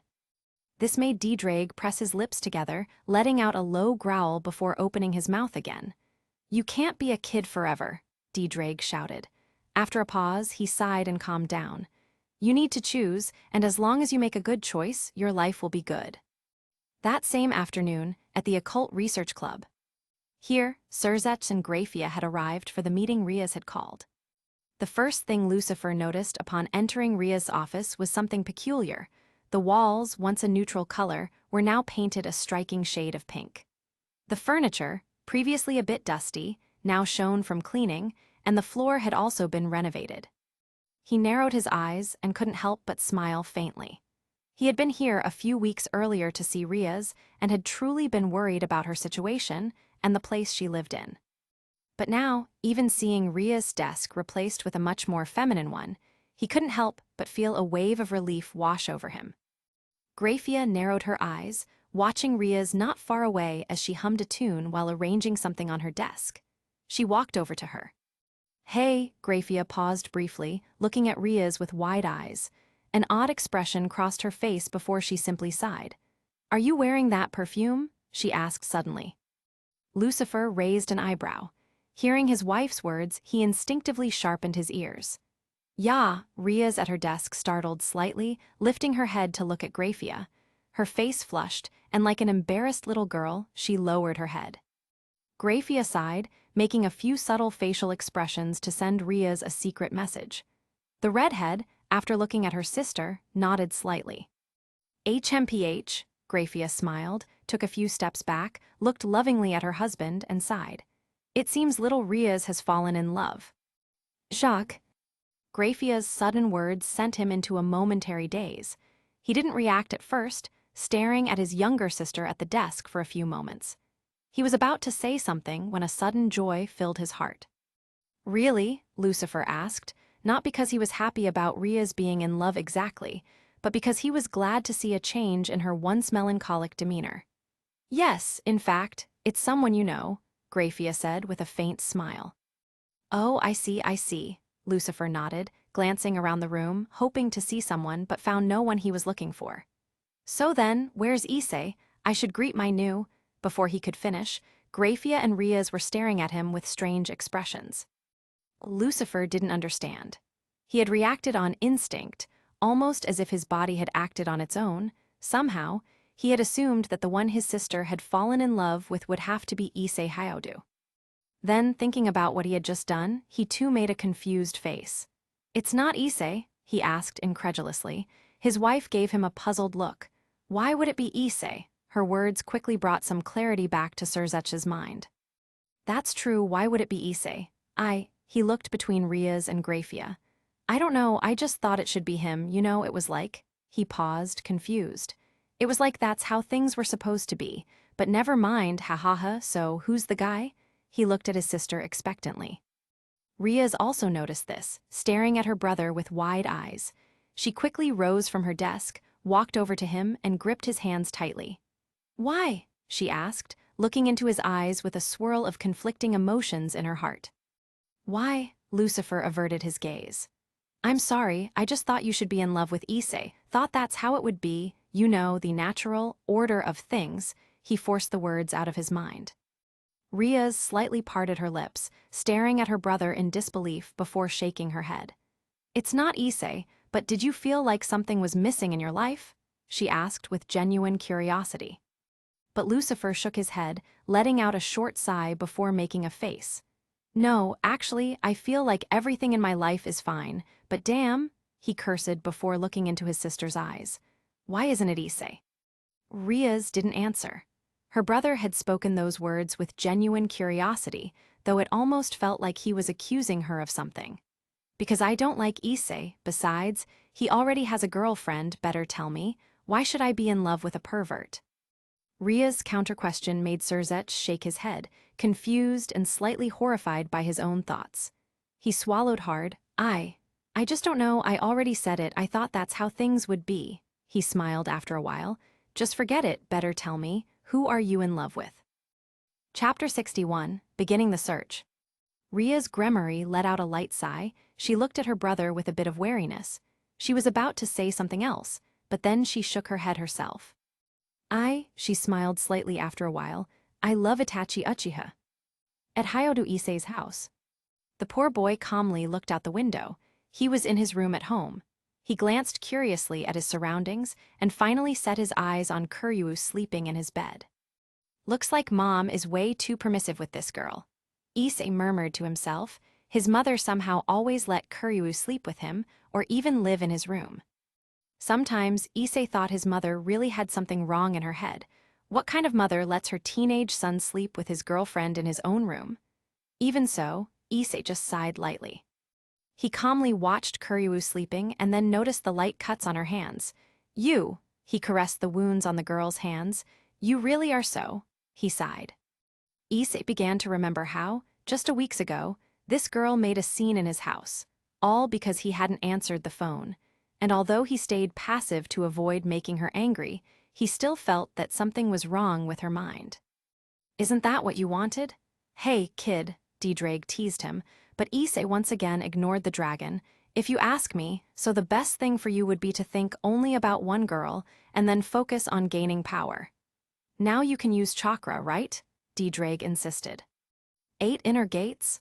Issei wondered, in fact. He had only just mastered the first gate, the gate of life, and after defeating Riser in the raiding game, he hadn't even trained for an hour a day. "That white bastard has surely surpassed us 1,000 times over," Dreg insisted again inside Issei's mind, but he narrowed his eyes. "So what?" the poor boy replied. "It's not like I had a really good reason to train like a lunatic." Dreg was about to get mad again, but he swallowed his rage and forced himself not to lose his sanity. "I mean, if you have more power, you'll have more girls, won't you?" But Issei smiled at the dragon's words. "Didn't you just tell me to only have one woman?" The dragon felt such a strong urge to hit Issei that he really wanted to kill himself, reincarnate in another person, and tell that person to beat Issei up until they got tired. Issei, however, Dreg still kept his anger under control. "Do you remember that I told you that you had to choose?" Issei nodded at those words. In fact, he remembered. "Do you know why I said that?" Issei shook his head while listening. His eyes softly passed over Kuryuu's face, and his hands couldn't help but stroke her cheeks. "Because it's something inevitable, because you humans are not eternal. It feels good to be a kid, because you have potential," Dreg sighed. Issei narrowed his eyes. "Does it hurt to think about losing that potential?" "I really don't know. I only know that when you are a kid, you can be anything in life, but when you are an adult, you already are that thing you chose, so." Dreg's voice softened. Issei, on the other hand, moved away from the bed, headed toward the window, ready to jump out and go out into the night. "If you grow old still being a kid, you will wasted your potential. You'll always be the one who could have been anything. But at the same time, you won't be anything, and you'll be unhappy." Dreg finished, waiting to see the poor boy's reaction. Issei jumped out the window, landed on the ground without making a sound. His body, improved by the chakra running through his veins, was several times more powerful than a human's. He jumped over the small wooden fence around his house and began walking down the street at night. In fact, Issei lowered his head, pursed his lips, looked slightly at the ground and watched people passing near him. "That's not it," he said in a slightly muted voice. "It's just that I don't want to commit to someone, not now, I'm not ready," Issei thought, his eyes glowing faintly. "I mean, if I commit to Kuryuu and only have her, I won't be able to have any other girl." Issei thought about his reasons. Dreg nodded to himself. "That's exactly what I'm describing to you. When you're single, you are potential. When you're a kid, you are potential. And when you're married, you already are what you decided, just like when you are an adult," Dreg smiled. "You're afraid of losing that potential, because losing it means you'll never be able to see the other things you could have become or done." Dreg made Issei narrow his eyes with a bit of anger. "I'm not telling you to choose to commit to Kuryuu now. You're too young, a teenager, but if you don't make a decision about your life, when will you? When you're 30? When you're 40? When you're 50? Dreg raised his voice in Issei's mind. However, Issei just shook his head. "How old do you think I am?" He sighed, walked calmly down the street while watching the people to his right pass by. "The same age your grandfather was when he already had a secured future, but well," Dreg sighed before falling silent again. Issei stopped, narrowed his eyes with some annoyance, clicked his tongue before going into a KFC for some delicious chicken. The next day, Itachi was walking calmly through the streets of Kuoh. Little Asia was behind him with a slight smile. Itachi, so who's the bitch? She asked with a bright smile. The light and pleasant tone but aggressive words of Asia Argento made Itachi look at her with some curiosity. Why so aggressive? He asked, slightly curious, in fact. He had spoken with Asia last night about Ria's. At first, Asia was upset, but after Itachi began to caress her, kiss her and spoil her, she finally reluctantly accepted reality. First it was with Serafal. I can understand that because it was a mistake, but what about the redhead who sells fruit? Asia said with slight reluctance while hugging one of Itachi's arms. But Ria's doesn't sell fruit. Itachi was confused, and those 2 watermelons on her chest, what about them? Asia sighed. The ninja shook his head, smiled slightly before raising a hand to stroke Asia's little head. Listen, forget it. I'm just too irresistible, you know that, right? He smiled while Asia puffed out her cheeks to show her disagreement. Your attitude doesn't match what you did in your old world, Asia complained. In fact, the little blonde girl was right. Even Itachi noticed it. After being in this world for so long, his attitude began to change. The novels, books, and other things in this world influenced his thinking, as did the piece. In the end, Itachi ended up being another person, however. He still believed he was himself and smiled slightly. Orochimaru told me Sasuke has a family. I'd like to meet them. Maybe I can do it at some point. He changed the subject. Asia looked up, noticed the faint nostalgia and sadness on his face. She clung tighter to his arm and began stroking his big hands with hers. If you find some way to return to your previous world, then, would you take me with you? Asia's voice sounded soft, full of love, and full of hope. Itachi nodded his head as he smiled. Of course. His answer finally brought a strange joy and comfort to her heart. Chapter 62, Leaving the Academy. Itachi and Asia walked calmly, passing through several avenues, streets, parking lots, and finally arrived at Kuoh Academy. The ninja had received a previous message from Lucifer, which read, Itachi, huh? It's complicated, but well, brother-in-law, take care of my sister, do you understand? Itachi couldn't help but smile at that moment. Hearing the king of the underworld, Lord Demon Lucifer, call him brother-in-law was something that had truly never crossed his mind. Now, observing the school from a slight distance, Itachi could avoid thinking about several things. His eyes passed over the concrete walls. The interior was enormous, the green lawns inside almost making it look like a small forest. Walking out from inside Kuoh Academy was Ria's Gremory. Her face, unlike the previous days, was stunning. Her eyes, once tired and lifeless, now shone with unparalleled vitality. Itachi observed Ria's hair. It was silky, each strand perfectly separated. Most of all, his eyes focused on her face with slightly flushed cheeks, fair skin, redder lips than usual, and a genuine smile welcoming him as she raised her right hand in greeting. Itachi, she shouted from a considerable distance, rushing to run toward him. Along the way, her large breasts bounced, creating a visually striking scene. The ninja smiled, while Asia puffed her cheeks, looking away with disgust as she muttered something hard to understand. Akino shook her head with a slight smile behind Ria's. She, in turn, looked as usual, though Itachi could still see a small trace of sadness pass through her beautiful black eyes. It wasn't long before Ria's finally reached Itachi. She lifted her head, looked at the ninja with bright eyes and a loving smile, then lunged to hug him. Itachi, Ria's murmured, her heart having gone from being nearly empty a couple of days ago to completely filled with a particular hope and love. And she clung to that specific feeling the ninja had brought into her life with just a few kisses and caresses, like an addict. Lord Uchiha, it's a pleasure to see you, Akino, not far from Ria's, smiled slightly, leaning forward with a businesslike smile while holding a small suitcase between her hands. Itachi, my brother gave me permission to go with you, The redhead's cheeks flushed as she moved lightly, pressing her body against his. Do you think I look pretty? She asked, genuine curiosity escaping her lips as she looked into his eyes, waiting for an answer. Itachi froze for a moment, unsure of what to say. He had been paying attention to Ria's body pressed against his, and her question threw him off for an instant. Then, he regained clarity and placed a hand on her head. Obviously, you're very beautiful. You took so long to answer me? Riaz complained, puffing her cheeks and hugging Itachi tighter. The boy simply smiled, quickly bringing one hand to her nape and pushing her forward, all while slightly leaning in. Kiss. The collision of their lips made a slight seductive sound. Riaz pressed her lips firmly against Itachi's while the ninja held her waist. Akino quickly looked away. Akino touched her stomach, then quickly covered her ears. I don't want to hear this, she muttered softly. Asia, on the other hand, rolled her eyes, still hugging Itachi's right arm, and couldn't help narrowing her eyes. Shit, Asia almost yelled, quickly hugging Itachi as if to grab his attention. Still, the ninja seemed completely immersed in the feeling he shared with Riaz, leaving Asia no choice but to bite his hand hard. Finally, after a moment, Asia, Itachi, and Riaz calmed down. Akino let out a sigh, composed herself, and finally looked at her friend. You took too long, huh?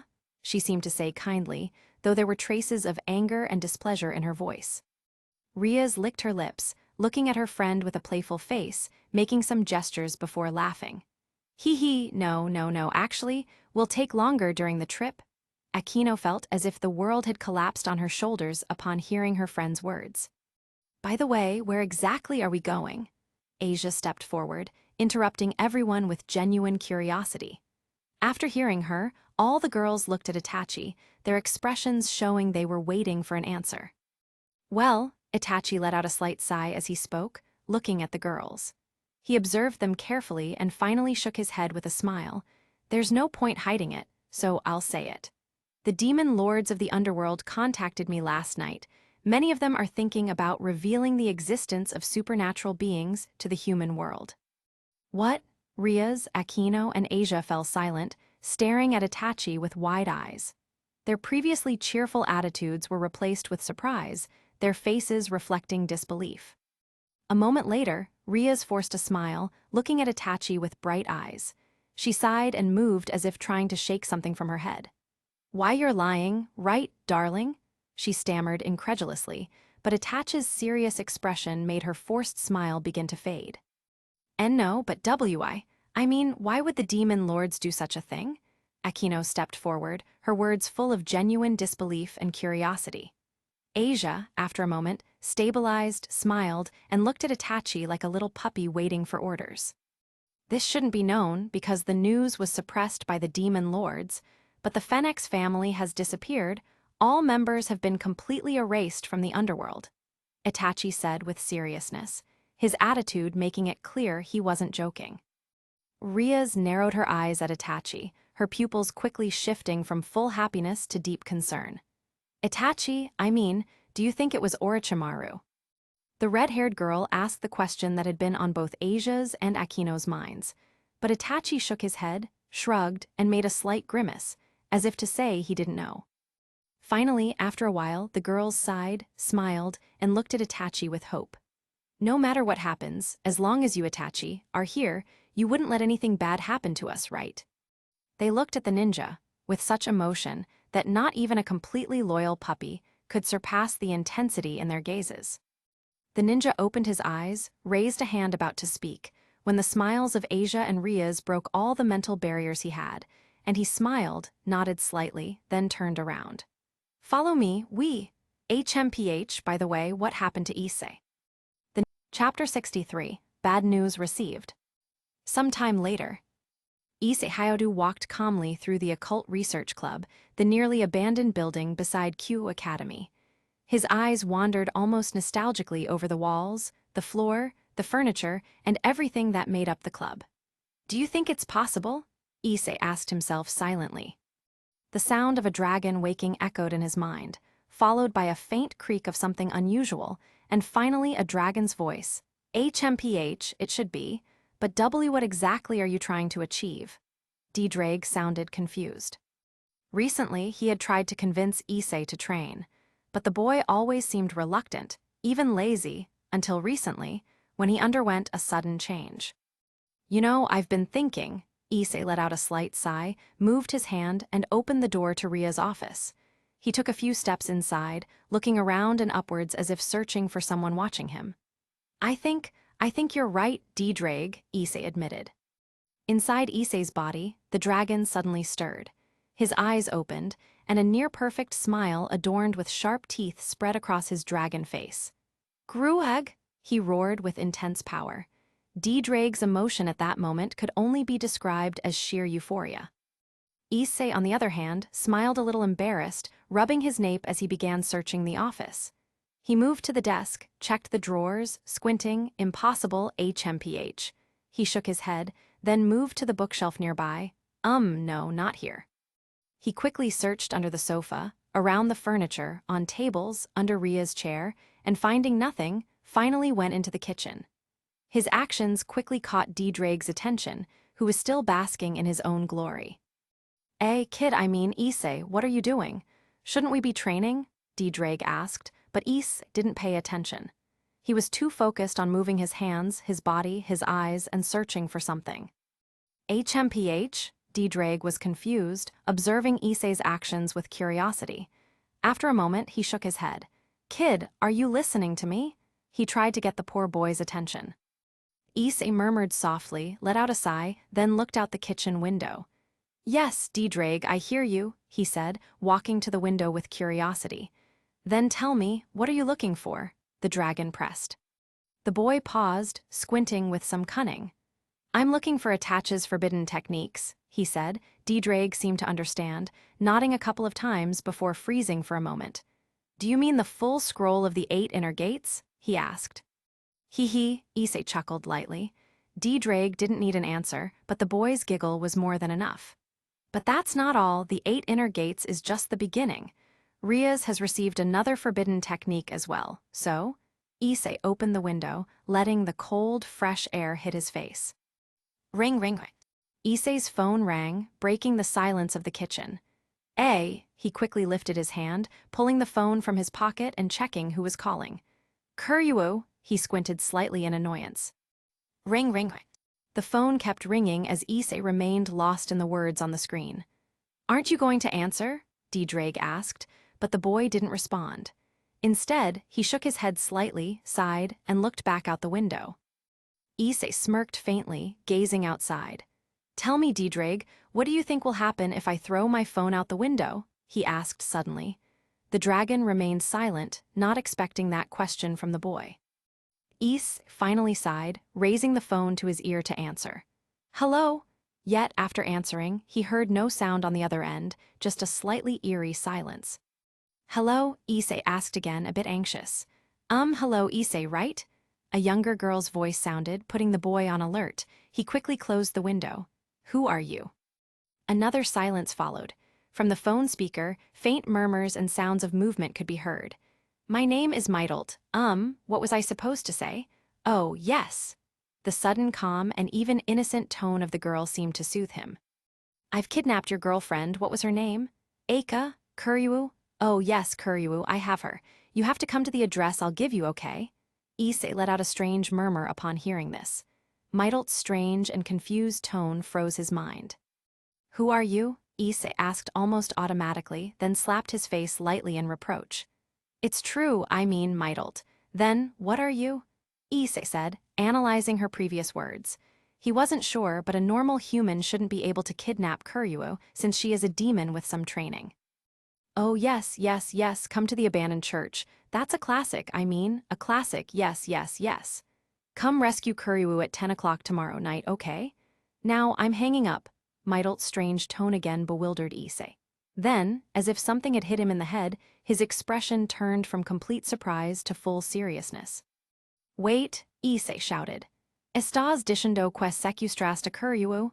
he exclaimed again, having fully processed Meidolt's words. The sudden news made his body ready for combat. He stomped the ground with force, his simple movement sending a small wind across the room. "Who the hell are you really?" he demanded, caring little if his shouts were heard outside the club. You're hostile. I am Meidolt. Please come tomorrow at 10 to rescue your girlfriend, okay?" After these words, the call ended. "What the hell?" Issei squinted, kicked the ground again, quickly checked his phone, and tried calling Kuoh again. However, he only got an automated response each time. "Shit!" The boy was startled once more, quickly looking around. He then glanced at the office door and window. He was about to jump out to the abandoned Kuoh church as fast as possible when Drake spoke again in his mind. "Wait, kid," Drake said. Issei, about to jump, stopped, looking back as if the dragon was there. "What do you want?" he asked, his voice hostile. "Come on, Meidolt, I don't think she's lying. It's strange. You should stop and think for a moment," Drake suggested, but Issei was not willing. "Really?" The boy let out a light scoff. "Some half-crazy bitch is calling my girlfriend's phone. Do you really think I'm going to wait until 10 o'clock tomorrow morning?" Issei sounded completely offended. No, kid, just stop and think. This is too sudden and weird." Yet Issei ignored Drake's words, jumped out the window, landed causing minor damage to the garden, and quickly began running. "Meidolt, huh?